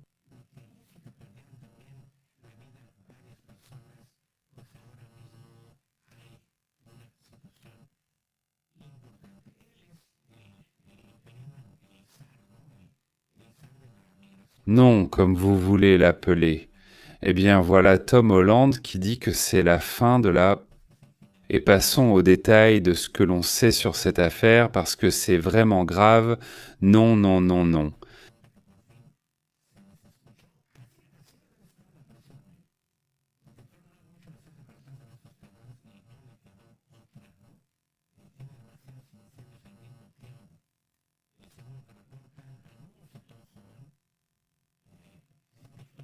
Ce n'est pas l'acteur, n'est-ce pas? Ce n'est pas l'acteur de Spider-Man, c'est Tom Homan. Non, non, non, non, non, non, non, non, non, non, non, non, non, non, non. Dans le Minnesota, à Minneapolis, il est supposé qu'il ne resterait plus d'agents ou qu'il ne resterait des agents que dans un bureau. Homan aurait déclaré qu'il y aurait déjà une fin de l'opération et une réduction significative à partir de cette semaine. L'objectif est qu'il soit complètement exclu de cette opération à Minneapolis. Il explique que la proposition a été présentée au président Trump et a reçu une approbation directe, ce qui fait de cette décision un ordre politique, validé par la Maison-Blanche.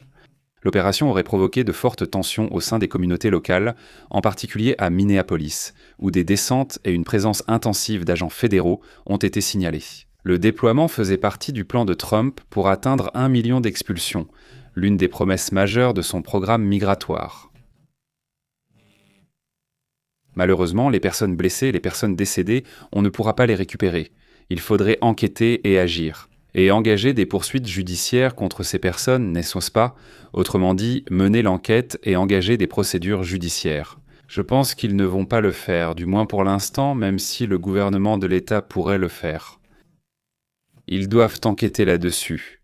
C'est pourquoi je pense qu'ils veulent partir, car ils craignent d'être poursuivis. Arrêter les agents de l'AIS, il faut rappeler qu'il y a aussi la garde nationale, là, en théorie, pour défendre la population contre ceux de l'AIS. Donc cela ressemblait déjà davantage à une situation compliquée où un gouvernement affrontait un autre gouvernement, n'est-ce pas? C'est-à-dire ce serait vraiment, vraiment, vraiment étrange, et c'est pour ça que cette affaire est si intéressante, non? La confirmation était très attendue. Jusqu'à 3000 agents auraient été déployés au plus fort de l'opération dans la région de Minneapolis et les principales villes.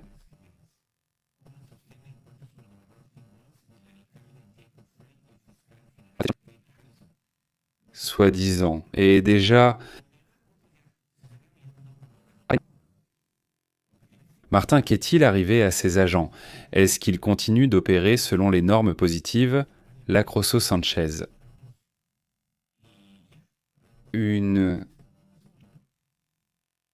disent de vouloir partir, puis changent d'avis.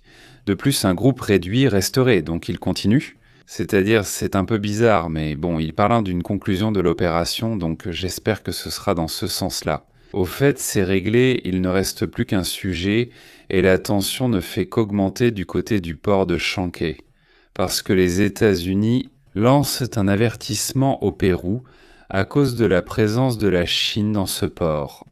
S'oppose-t-il d'ailleurs fermement à ces déclarations des États-Unis. Et en effet, le porte-parole du ministère des Affaires étrangères Yashan aurait déjà déclaré aujourd'hui, lors d'une conférence de presse en Chine, qu'il s'oppose aux déclarations du président des États-Unis. Après que le Bureau de l'Amérique latine du département d'État américain a averti que le Pérou pourrait ne pas pouvoir superviser le port sous des propriétaires chinois prédateurs. Et il souligne que l'argent bon marché chinois coûte la souveraineté. C'est-à-dire, en gros, ils disent pas que c'est chinois, port chinois, mais ça va te créer un problème, non?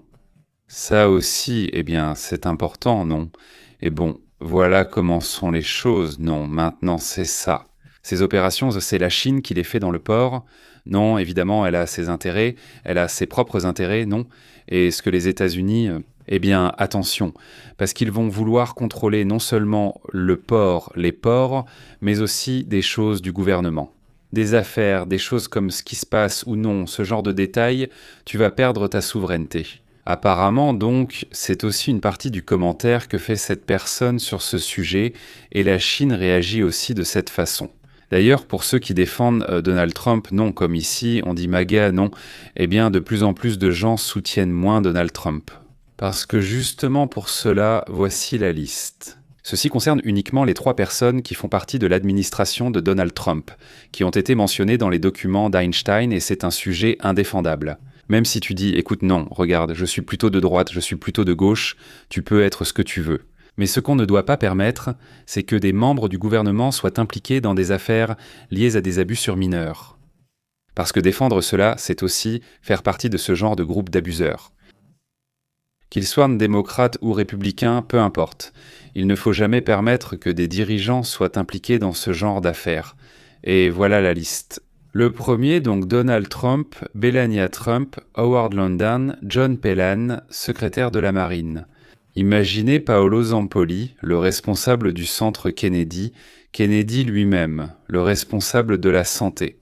Kevin Warsh-Marwood OSS, Elon Musk, Steve Bannon, un conspirationniste à tout point de vue, Alex Costa, Bill Barr, Brett Radner. Et la liste continue, et là il y a les démocrates, et là il y a les scientifiques, et là il y a les entrepreneurs. C'est une longue liste que nous avons publiée ici et qui montre qu'il y a une situation très sombre qui doit être enquêtée et que, heureusement, aussi bien les républicains que les démocrates exigent une enquête. Même ceux de MAGA sont sortis pour demander une enquête, parce qu'ils ne veulent évidemment pas faire partie de la même chose, ils ne veulent pas être impliqués dans cette situation. Donc, c'est aussi une affaire intéressante. Cette image qui a surpris aujourd'hui montre l'armée chinoise en train de démontrer comment ils l'utilisent. Ceci est une zone d'entraînement pour drones. Ce sont des drones de type réalité virtuelle que vous voyez là. Les FPV sont des drones utilisés pour attaquer. Par exemple, pour briser des fenêtres, ils cassent la fenêtre puis un autre drone entre et attaque. Par exemple, pour entrer dans des bâtiments et éliminer des personnes. Je ne sais pas, ils entrent et sortent. Par là, regardez comment, c'est éclairé. Sans ça, regardez, là aussi, ce sont des ballons. Ils font éclater des ballons comme s'ils étaient des cibles. Là, il y a un ballon, là, il y a un autre ballon. Ils les font éclater et opèrent à l'intérieur du bâtiment. Il doit donc avoir je comprends. Un signal très puissant, pour faire ce genre de mouvement, c'est l'utilisation de drones partout où tu veux. Israël, Chine, États-Unis, Japon, n'importe où, même en Ukraine, évidemment en Russie. De plus en plus utilisé aussi bien pour la défense, pour l'attaque et pour d'autres domaines comme le sauvetage, le secours, la recherche, la météorologie. Je veux dire non, ce n'est pas seulement la guerre. Il y a aussi d'autres fonctions. D'ailleurs, en Russie, tout ce qui concerne Apple a commencé à être désactivé. Tout est en train d'être désactivé. Cela va affecter des milliers d'utilisateurs d'iPhone et d'ordinateurs en Russie. La raison, ce sont les sanctions des États-Unis et de l'Europe. Là-bas, il ne sera tout simplement plus possible d'utiliser ces services, car lorsqu'ils demanderont une vérification d'identité et des documents, si vous êtes en Russie, vous ne pourrez plus utiliser ces services. Donc oui, cela va aussi affecter beaucoup de gens là-bas. Voilà, c'est montré. C'est un sujet qui attire l'attention comme on peut le voir ici. Il s'agit du lancement d'environ 6 missiles de croisière Flamingo par l'Ukraine. Ceux-ci visent l'arsenal russe. Cela se passe dans la région de Volgograd. Il y a eu de nombreuses attaques contre Volgograd. C'est une zone russe proche de l'Ukraine qui a été fortement attaquée récemment avec ces missiles de croisière. C'est donc une affaire qui attire également l'attention. Voilà, regardez, c'est l'attaque à l'intérieur de la Russie. Ils sont comme ça. C'est très dur entre les uns et les autres. Ceci est aussi une raffinerie. En Russie, une raffinerie de Lukoil a été attaquée.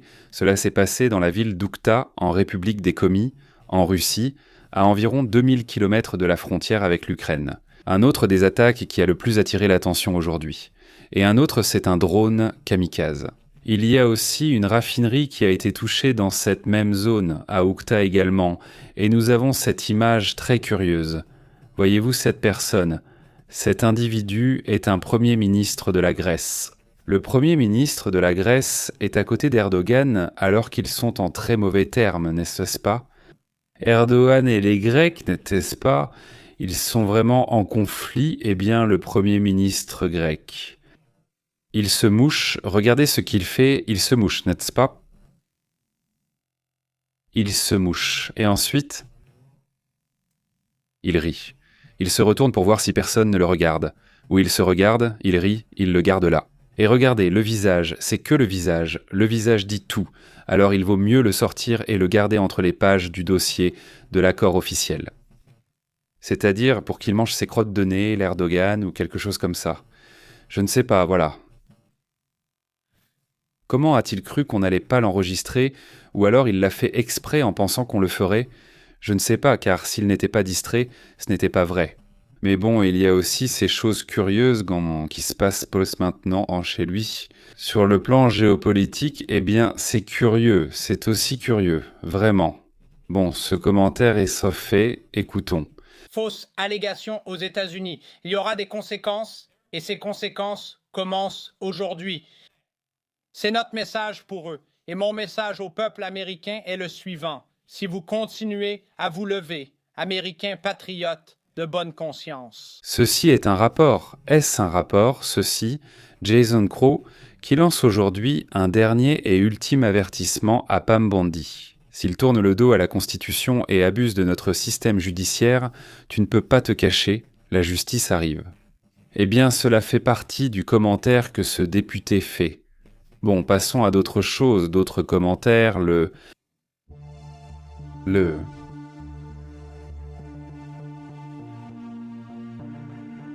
Comment allez-vous?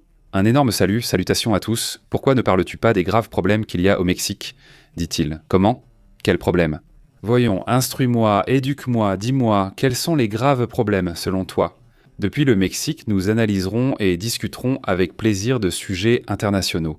Ce n'est pas un journal télévisé sur le Mexique, n'est-ce pas? Robin Marge, je te fais un énorme salut, et si un problème au Mexique t'inquiète, dis-moi lequel, et c'est avec plaisir qu'on en parlera.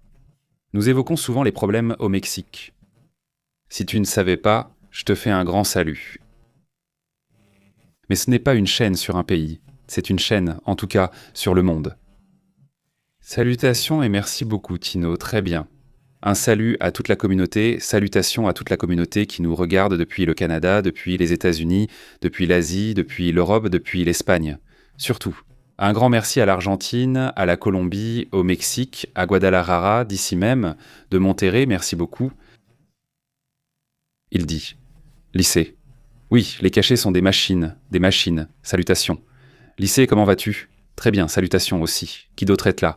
À 67, as-tu vu la conférence du PAN? Bondi. Oui, eh bien c'était gênant, totalement d'accord, c'est-à-dire hallucinant. Eh bien, hier nous avons mis plusieurs vidéos et nous avons fait des tests ici sur la chaîne. La communauté préfère quel type de vidéos? Les vidéos courtes diffusées ou les vidéos comme celle-ci, plus longues? Non, pendant la matinée, vous nous direz ce que vous préférez. Salutations à Dany Villard, bonjour, comment vas-tu, comment tu as été? Salutations. Qui d'autre est-ce là-bas? Salutations, très bien, dit-il. Salutations à Pépi, comment vas-tu? Merci Aurelio. Salutations, dit-il. Oh, Mexique, pas de souci, qui a dit qu'il n'y avait pas de problème? Bien sûr qu'il y a un problème, mon ami, il y a toujours des problèmes dans tous les pays, n'est-ce pas? L'un des plus grands problèmes, ce sont les armes qui arrivent là-bas des États-Unis. D'ailleurs, n'est-ce pas? Et c'est pour cela que les narcos ont le pouvoir qu'ils ont, n'est-ce pas? Par hasard, 50% des armes arrivent par là-bas et d'autres disent que c'est 70%. Une grande partie sont d'ailleurs des armes militaires. Nous en avons parlé ici et nous avons aussi évoqué bon nombre des problèmes liés à ce sujet, même si la question du crime organisé est un sujet qui mériterait une émission à part entière. Rien que pour ça, n'est-ce pas? N'est-ce pas qu'il y a aussi des chaînes qui ne parlent que d'économie ou uniquement de crypto, n'est-ce pas? C'est un sujet très profond et il y a effectivement beaucoup de chaînes qui ne parlent que de ce sujet, uniquement de ce sujet. Nous évoquons des sujets internationaux et ce qui se passe dans le monde, mais ici, c'est un sujet précis. Je croyais que tu étais sérieux, qu'il y avait un problème particulier. Tu parles de manière générale, du classique « Ah ». J'ai entendu dire qu'il y a des problèmes de narcotrafic, et le problème du narcotrafic, dis-moi un problème en particulier, la corruption du gouvernement mexicain, parce qu'il y en a beaucoup. De quoi veux-tu parler d'autre? Du nombre de personnes qu'ils ont arrêtées, ou du nombre de personnes qu'ils n'ont pas arrêtées aussi, n'est-ce pas? Je veux dire, il y a des soucis, il y a des problèmes. Comment pourrait-il en être autrement? Il dit, même si cela peut sembler très banal. Nous assistons à la chute de l'hégémon, dit-il, Santé 67. Bonsoir Santé Robin, Santé Élysée, santé à toute la communauté. Non, qu'il y ait des problèmes. Il y a des problèmes. C'est-à-dire, non, ce n'est pas un sujet à éviter. Les problèmes sont des problèmes et ils sont réels et très compliqués. Et j'espère, n'est-ce pas, j'espère qu'on fera bientôt un travail en profondeur pour aller, pas seulement sur la question des narcos et des armes. Qui sont ceux qui financent vraiment tout ça? Où est la partie financière? Celle-là circule en Europe, aux États-Unis, dans les Caraïbes et aussi au Mexique. Évidemment, combien d'entreprises existent qui ne servent qu'au blanchiment d'argent? Tu n'as même pas besoin d'approfondir si tu ne veux pas. De nombreuses entreprises, ils sont vraiment évidentes. C'est-à-dire, tu te dis, attends, cette entreprise, elle s'est présente dans tout le pays. Ça peut être au Mexique, aux États-Unis, peu importe où. Et tu ne vois jamais de clients, jamais. Et ça fait des années qu'ils sont là à fonctionner. Et tu te dis, attends, comment tu fais? Comment tu fais pour fonctionner? Tu n'as jamais de clients et tu es partout, des entreprises énormes, et tu ne vois pas un seul client. Tu te dis, vraiment, comment c'est possible? Parce que tout le monde sur les réseaux en parle, il y a même des mèmes là-dessus, sur ce genre de commerce. Tu te dis, comment c'est possible? Soit quelqu'un veut perdre de l'argent, soit il en perd beaucoup, soit il blanchit de l'argent, mais c'est devant tout le monde. Mais la corruption est partout. Je veux dire, ce n'est pas seulement ici, n'est-ce pas? Oui, il faut s'en occuper ici, il faut y prêter attention. C'est vraiment grave, non? Mais c'est quelque chose de très, très vaste. C'est enraciné dans beaucoup de sujets, dans beaucoup de domaines, il dit. Il dit que ce n'est pas seulement ça et qu'ils n'ont pas non plus le problème de la consommation, sauf si tu as une consommation excessive. Il y a un méga business qui existe ici au Mexique, mais aussi au Canada, en Chine, en Europe, c'est-à-dire en Afrique. Il y a même des pays africains qui, en fait, vivent de ce qu'ils vendent en Europe et aux États-Unis. C'est-à-dire, tant qu'il y a une telle consommation, quelqu'un va s'en occuper, quelqu'un va l'exploiter. Malheureusement, c'est comme ça, donc il faut travailler sur la consommation. Parce que sinon, cela génère un énorme marché noir, et ce marché noir finit par devenir du crime organisé avec le temps, et ensuite le crime organisé. Ça s'étend, n'est-ce pas? Ça s'étend à la politique, ça s'étend à la musique, ça s'étend à d'autres domaines, n'est-ce pas? Malheureusement, ça a trop pris de l'ampleur, non? Et là, c'est présent, n'est-ce pas, dans la politique. C'est incroyable ce qui s'est passé avec ce maire de Tequila, avec lui, c'est incroyable. Tu te demandes comment il pouvait agir si ouvertement en réclamant une taxe de protection. Et puis le nouveau maire arrive et on sort une vidéo où il chante un narco-corrido, tu te dis, bon ce n'est pas un crime je pense de le chanter, mais tu te dis que c'est vraiment bizarre, très étrange. Ça ne dit pas, c'est genre, regarde toi la paix, il dit salut, il dit bonheur, comment tu vas, il dit bouffe. Ici, hier, ils ont attrapé des gens en train de récupérer un bateau avec 12 000 litres de gazole. Et qui sait, ils disent que c'était pour les sous-marins. Revenir. Ah, d'accord. C'est-à-dire, c'était une cargaison pour remplir les réservoirs de sous-marins de trafiquants ou quelque chose comme ça, ou comment c'est? Celui-ci? Je n'imagine pas que c'était quelque chose comme ça, non? Voyons, laissez-moi passer par ici, d'accord? Il dit, voyons, laissez-moi voir sinon. Il ne reste rien en suspens, mais vous m'avez compris? J'ai, je crois, 3 images à partager qui me manquent. Voilà, il dit. Plus d'images, voici encore une fois cette image. Écoutons, voyons, on dit par là. Voici Delcio Rodriguez, le secrétaire à l'énergie des États-Unis, à l'intérieur de PDVSA. Nous n'avions pas vu cette image, écoutons.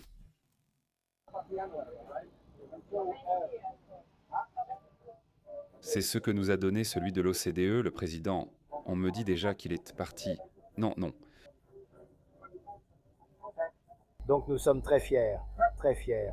L'engagement ne consiste pas seulement à produire des processus environnementaux.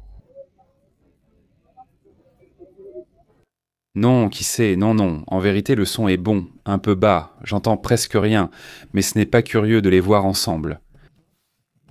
Ça ne fait même pas un mois, parce que demain ça fera un mois, donc même pas un mois s'est écoulé, et ils sont déjà là. N'est-ce pas, c'est incroyable aussi. Bon, regardez, je n'avais pas vu ce sujet, hein? Je ne l'avais pas vu, Astrid vient de me l'envoyer. Ah, c'est fou, voyons. Regardons l'image. Attends un instant, je regarde juste comment... Bon, voilà, ici... Oui, il suffit que j'enlève la musique. Elle est vraiment forte. Voyons, c'est ce que ça dit. Voyons, on va lancer la vidéo tout de suite. Laissez-moi juste lire ce qui est écrit ici. Voyons voir. La Chine serait en train de tester le Long March 10. C'est un système d'évacuation d'un nouveau vaisseau habité qui s'appelle Mengshu. Une étape clé pour son programme nucléaire est dans la consolidation des capacités de vol habité de nouvelle génération. Bon, regardons la vidéo. Non, tu vois, ça me rappelle beaucoup celle d'Elon Musk. Non, celle de SpaceX, non. Je pense que la tendance va être celle-là. Regardez, les vols atterrissent à la verticale, n'est-ce pas? C'est très similaire, non? On va voir s'il ne reçoit pas une plainte à ce sujet. Ou bien ils savent que Starlink ne brevette pas tout, seulement certains aspects, et que beaucoup de ces technologies ne sont pas protégées. Je vais vous expliquer pourquoi. C'est-à-dire, Starlink ne brevette pas beaucoup de ses avancées technologiques, parce que le fait de breveter, c'est en gros donner, comme on dit, à la NASA l'information directe sur la façon dont ils font les choses. Et donc la NASA va les reproduire plus tard, non? Ils vont juste faire un petit changement. Et avec ça, non. Ils ont déjà résolu ce problème X et ils ne vont plus les engager. Donc depuis un certain temps, cette décision a été prise, et pas seulement par eux, Plusieurs des entreprises technologiques les plus avancées dans le domaine spatial préfèrent ne pas breveter. Ils préfèrent garder les secrets pour eux et ne plus rien breveter, parce que si on les brevette, on nous vole nos avancées. C'est donc curieux, mais les avancées les plus impressionnantes, les plus puissantes, on ne va pas dire qu'ils manquent de brevets, car les gouvernements les gardent pour eux, ce qui les arrange. Pour la Chine, je ne sais pas, mais je doute qu'ils brevettent. Évidemment, sinon, c'est peut-être même en partie des copies. Parce que c'est comme ça, et je ne dis pas que c'est seulement ça. La Chine, évidemment, on sait qu'elle copie, mais en réalité, pratiquement tous les pays le font, c'est-à-dire tous les pays. Ils volent des choses, c'est-à-dire parfois ce sont des choses qui semblent insignifiantes, mais parfois ce sont de petits détails d'un vaisseau qui résolvent des millions de dollars. Aujourd'hui, j'ai donné cette solution à un tel. Parfois en la regardant, parfois en espionnant, non. Mais on l'obtient comme ça, pas de la même manière. Regardez, juste pour gagner un peu d'argent. Avec tout ce vol, ce piratage d'informations, beaucoup des avancées de la Corée du Nord ont été volées aux Russes. Les Russes s'en sont rendus compte maintenant qu'ils ont une meilleure relation. Ils se sont rendus compte que les Nord-Coréens avaient volé beaucoup des avancées qu'ils ont dans leur système de défense. Ils sont piratés par des hackers nord-coréens qui pirataient quand les Russes et ensuite les adaptaient à l'intérieur de la Corée du Nord. Et maintenant, la Russie s'en rend compte. Ah mince, attends-moi. À ce point, ça c'était à moi, non? Bon, c'est fait. Et aussi aux États-Unis, n'est-ce pas? Où regardez, le MQ-9 avec le drone que possèdent les Nord-Coréens est une copie presque identique. Le vol est énorme, non? Mais bon, c'est quand même intéressant de voir ce progrès, non? Enfin, ça reste intéressant à voir, n'est-ce pas? Aussi, regardez ce que dit ce député républicain, parce que beaucoup pensent que ce n'est pas le cas. Les démocrates sont en colère contre Pam Bondi. Non, les républicains aussi le sont. Regardez, voici ce que dit Donald Trump. Et voici déjà la réponse. Mais le commentaire que je vais vous lire est de Thomas Messi. Il dit... Quand Bondi a interrompu son témoignage lors de notre audience d'hier, je savais que le président m'attaquerait par vengeance. C'est-à-dire, quand ce Thomas Messi, républicain, a interrompu cette présidence, Bondi a dit « Je sais déjà que demain, Trump va m'attaquer avec un commentaire, dit Thomas Messi, républicain. J'insiste, c'est ce qui s'est passé, dit-il, et je ne céderai pas à l'intimidation ni à mon combat pour la justice et les victimes. Peux-tu m'aider à rester dans ce combat ? Et il dit là donc que tu envoies ce qu'il demande, et c'est un don. Évidemment pas à ce républicain, non, mais là où je veux en venir avec ça, et c'est là... Pardon. Voici la publication complète de Thomas Messi. Non, la voilà. Ce que je veux dire, c'est comment. Je veux dire, comment vas-tu justifier en tant que politicien, peu importe d'où tu viens, comment justifies-tu que tu ne vas pas t'opposer aux responsables ? Peu importe, moi je veux dire, c'était ton pote, c'était ton ami, tu dois aller contre les responsables, peu importe qui c'est, peu importe de quel côté tu es. Tu es un Clinton, tu dégages, tu es un Bush, tu es n'importe qui, ça n'a pas d'importance. Je veux dire, je comprends qu'il puisse y avoir des tiraillements entre les politiciens, mais ce qu'on ne doit jamais permettre, c'est l'abus sur les mineurs. C'était facile comme ça ? Très simple, non ? Celui qui agit ainsi, peu importe son origine, doit en assumer les conséquences. Et si Pam Bondi en ce moment défend ces gens-là, elle doit en assumer les conséquences, elle doit en assumer les conséquences légalement. De même, s'ils sont démocrates, d'où qu'ils viennent, ça n'a pas d'importance, n'est-ce pas? Mais bon, là il y a la bagarre, c'est vraiment intense, c'est très intéressant. Parce qu'au final, il y aura une pression pour que les responsables de l'île d'Epstein et de toutes ces folies qui ont été commises, eh bien, paient. Salutations, merci Robert, salutations, merci beaucoup d'être là avec nous. Salutations à Tino, il dit. Si un pays attrape la corruption, il dit, c'est qu'il y en a, mais on la poursuit aussi, dit Tino. C'est ça le point, non qu'il y aura toujours de la corruption, mais si on la poursuit bien dans ce pays, alors ce pays va prospérer. C'est-à-dire, il est impossible de ne pas avoir de corruption. Je le comprends parfaitement. Impossible parce qu'il y aura toujours quelqu'un, non? Mais tant qu'on la poursuit, c'est-à-dire, tant qu'on agit, eh bien peut-être que c'est ce qui me plaît, ça me convient. Du Pérou, c'est-à-dire que le Pérou, tu dis, combien de présidents n'ont-ils pas mis en prison là-bas? Mais il y a des pays en Amérique latine où ils n'oseraient jamais toucher un président, même avec le pétale d'une rose, n'est-ce pas? C'est-à-dire, peu importe de quel parti il vient, n'est-ce pas? Je veux dire, ils ne le font jamais, jamais. Ça m'a frappé au moins, et je n'aime pas du tout ce gouvernement, celui de l'Espagne, ni en général, mais au moins dans ce gouvernement-là. Combien de gouverneurs, même de son propre parti, sont allés en prison? Vous vous souvenez, y compris de son parti, y compris des proches de lui. Comment est-il possible qu'avec tout ce qu'on sait en ce moment, il n'y ait pas de gouverneur de Morena qui tombe? Honnêtement, je ne me l'explique pas, je ne comprends pas. Enfin, au moins, j'ai été surpris que le maire de Jalisco, de Tequila, pardon, soit tombé. Non. Tu dis que c'est un pas, mais c'est toi qui le dis. Je veux dire, oui, tu ne peux pas empêcher qu'il y ait des corrompus. Il y en aura, mais tu dois faire quelque chose, n'est-ce pas? Je suis totalement d'accord avec ça. Tant qu'il y a quelqu'un qui, oui, c'est-à-dire qu'il y a une justice qui les recherche, qui les enquête, au moins il y a un équilibre, n'est-ce pas? Parce que sinon, ils font ce qu'ils veulent. Non, c'est ce qu'il dit. Et comme les fameuses listes, si ce n'est pas Baroja, ces plaintes existent depuis des années. Des millions de documents et qui? Des millions de documents, des listes. Ils continuent de bloquer alors qu'ils ne devraient que pas viser les responsables. Les responsables doivent figurer sur la liste, être identifiés, puis faire l'objet d'une enquête. Ce qu'ils ont demandé à ce Pam Bondi, c'est combien? D'accord, tu n'en as arrêté aucun? C'est bon? Plus qu'à Einstein ni à Maslow. Mais parmi tous ceux qui sont sur la liste, qui sont un tas de personnes, combien en as-tu vraiment étudié? Je ne vais pas te dire, je ne vais même pas te dire combien j'en ai arrêté, parce qu'on sait déjà que c'est seulement cela et que ça n'a pas touché cette Bondi. Non, à combien en as-tu vraiment enquêté? A répondu et lui a dit le député, eh bien non, moi je sais combien tu en as enquêté. 0, lui dit-il. 0, comment est-ce possible? C'est-à-dire, la vérité c'est que quand je m'imagine que si tu veux être un homme politique, et surtout si tu veux être un homme politique dans le domaine du parquet, ton objectif, ta mission, j'imagine que c'est de rendre justice et de dire « je vais me battre pour les gens ». Que, eh bien, on ne peut pas rendre justice, n'est-ce pas?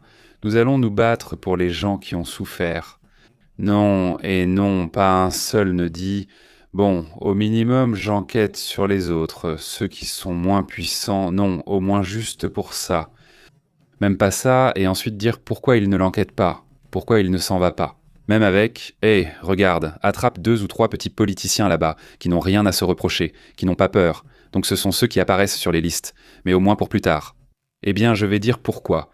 Parce que si on les enquête, eux, ils vont parler et ils vont dire « bon, d'accord, tu vas m'enquêter, mais enquête aussi sur celui-là. » Et moi, je vais tout balancer sur celui-ci, celui-là, et je vais donner toutes les informations sur tout ça.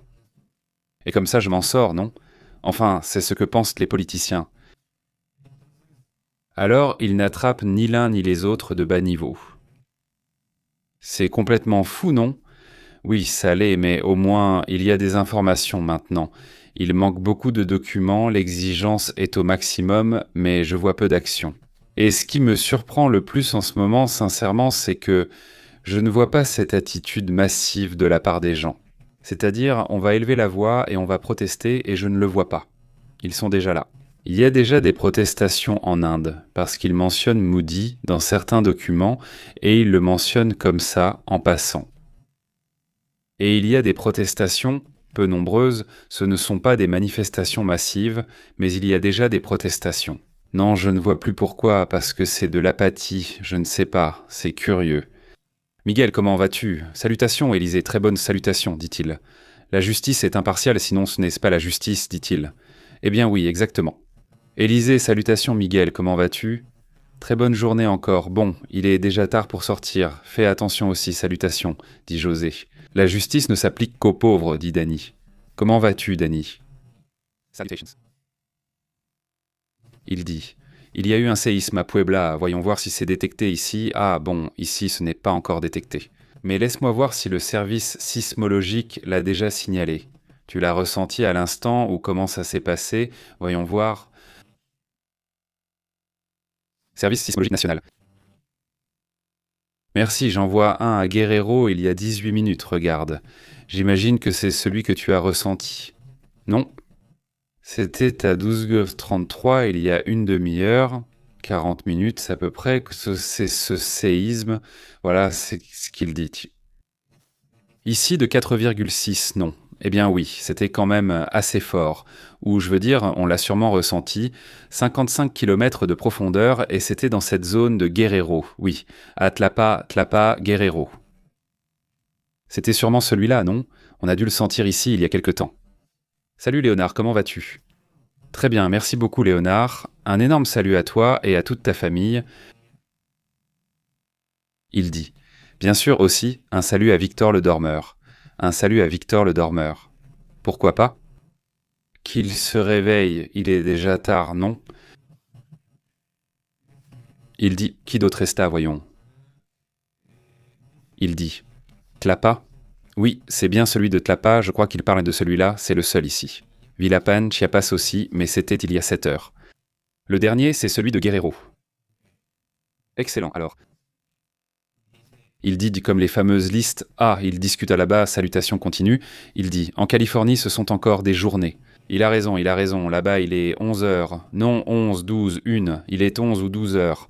Là-bas chez vous. Bon, il y a 2 heures de différence, non?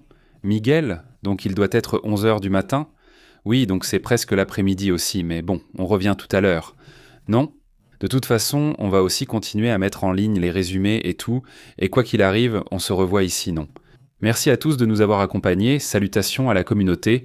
L'idée est d'échanger et suivre l'actualité. Léonard vous salue, portez-vous bien, à bientôt. À bientôt, nous interrompons votre programme habituel. Merci de nous avoir écoutés. En vérité, c'est Pépé en direct. La vérité est intense, pure, l'insolite est réelle, pure. Ici, nous l'analysons, perspective globale. Ne reste pas à l'écart, connecte-toi à la chaîne PEP en direct en contrôlant le signal. PEP et Astrid disent la vérité. Journalisme brut, ici, on respecte. Active l'alerte, ne perds pas la trace jusqu'à la prochaine fois. Oui, monsieur, nous faisons l'appel. Abonne-toi, abonne-toi. En direct à la maison. Tu ne racontes rien.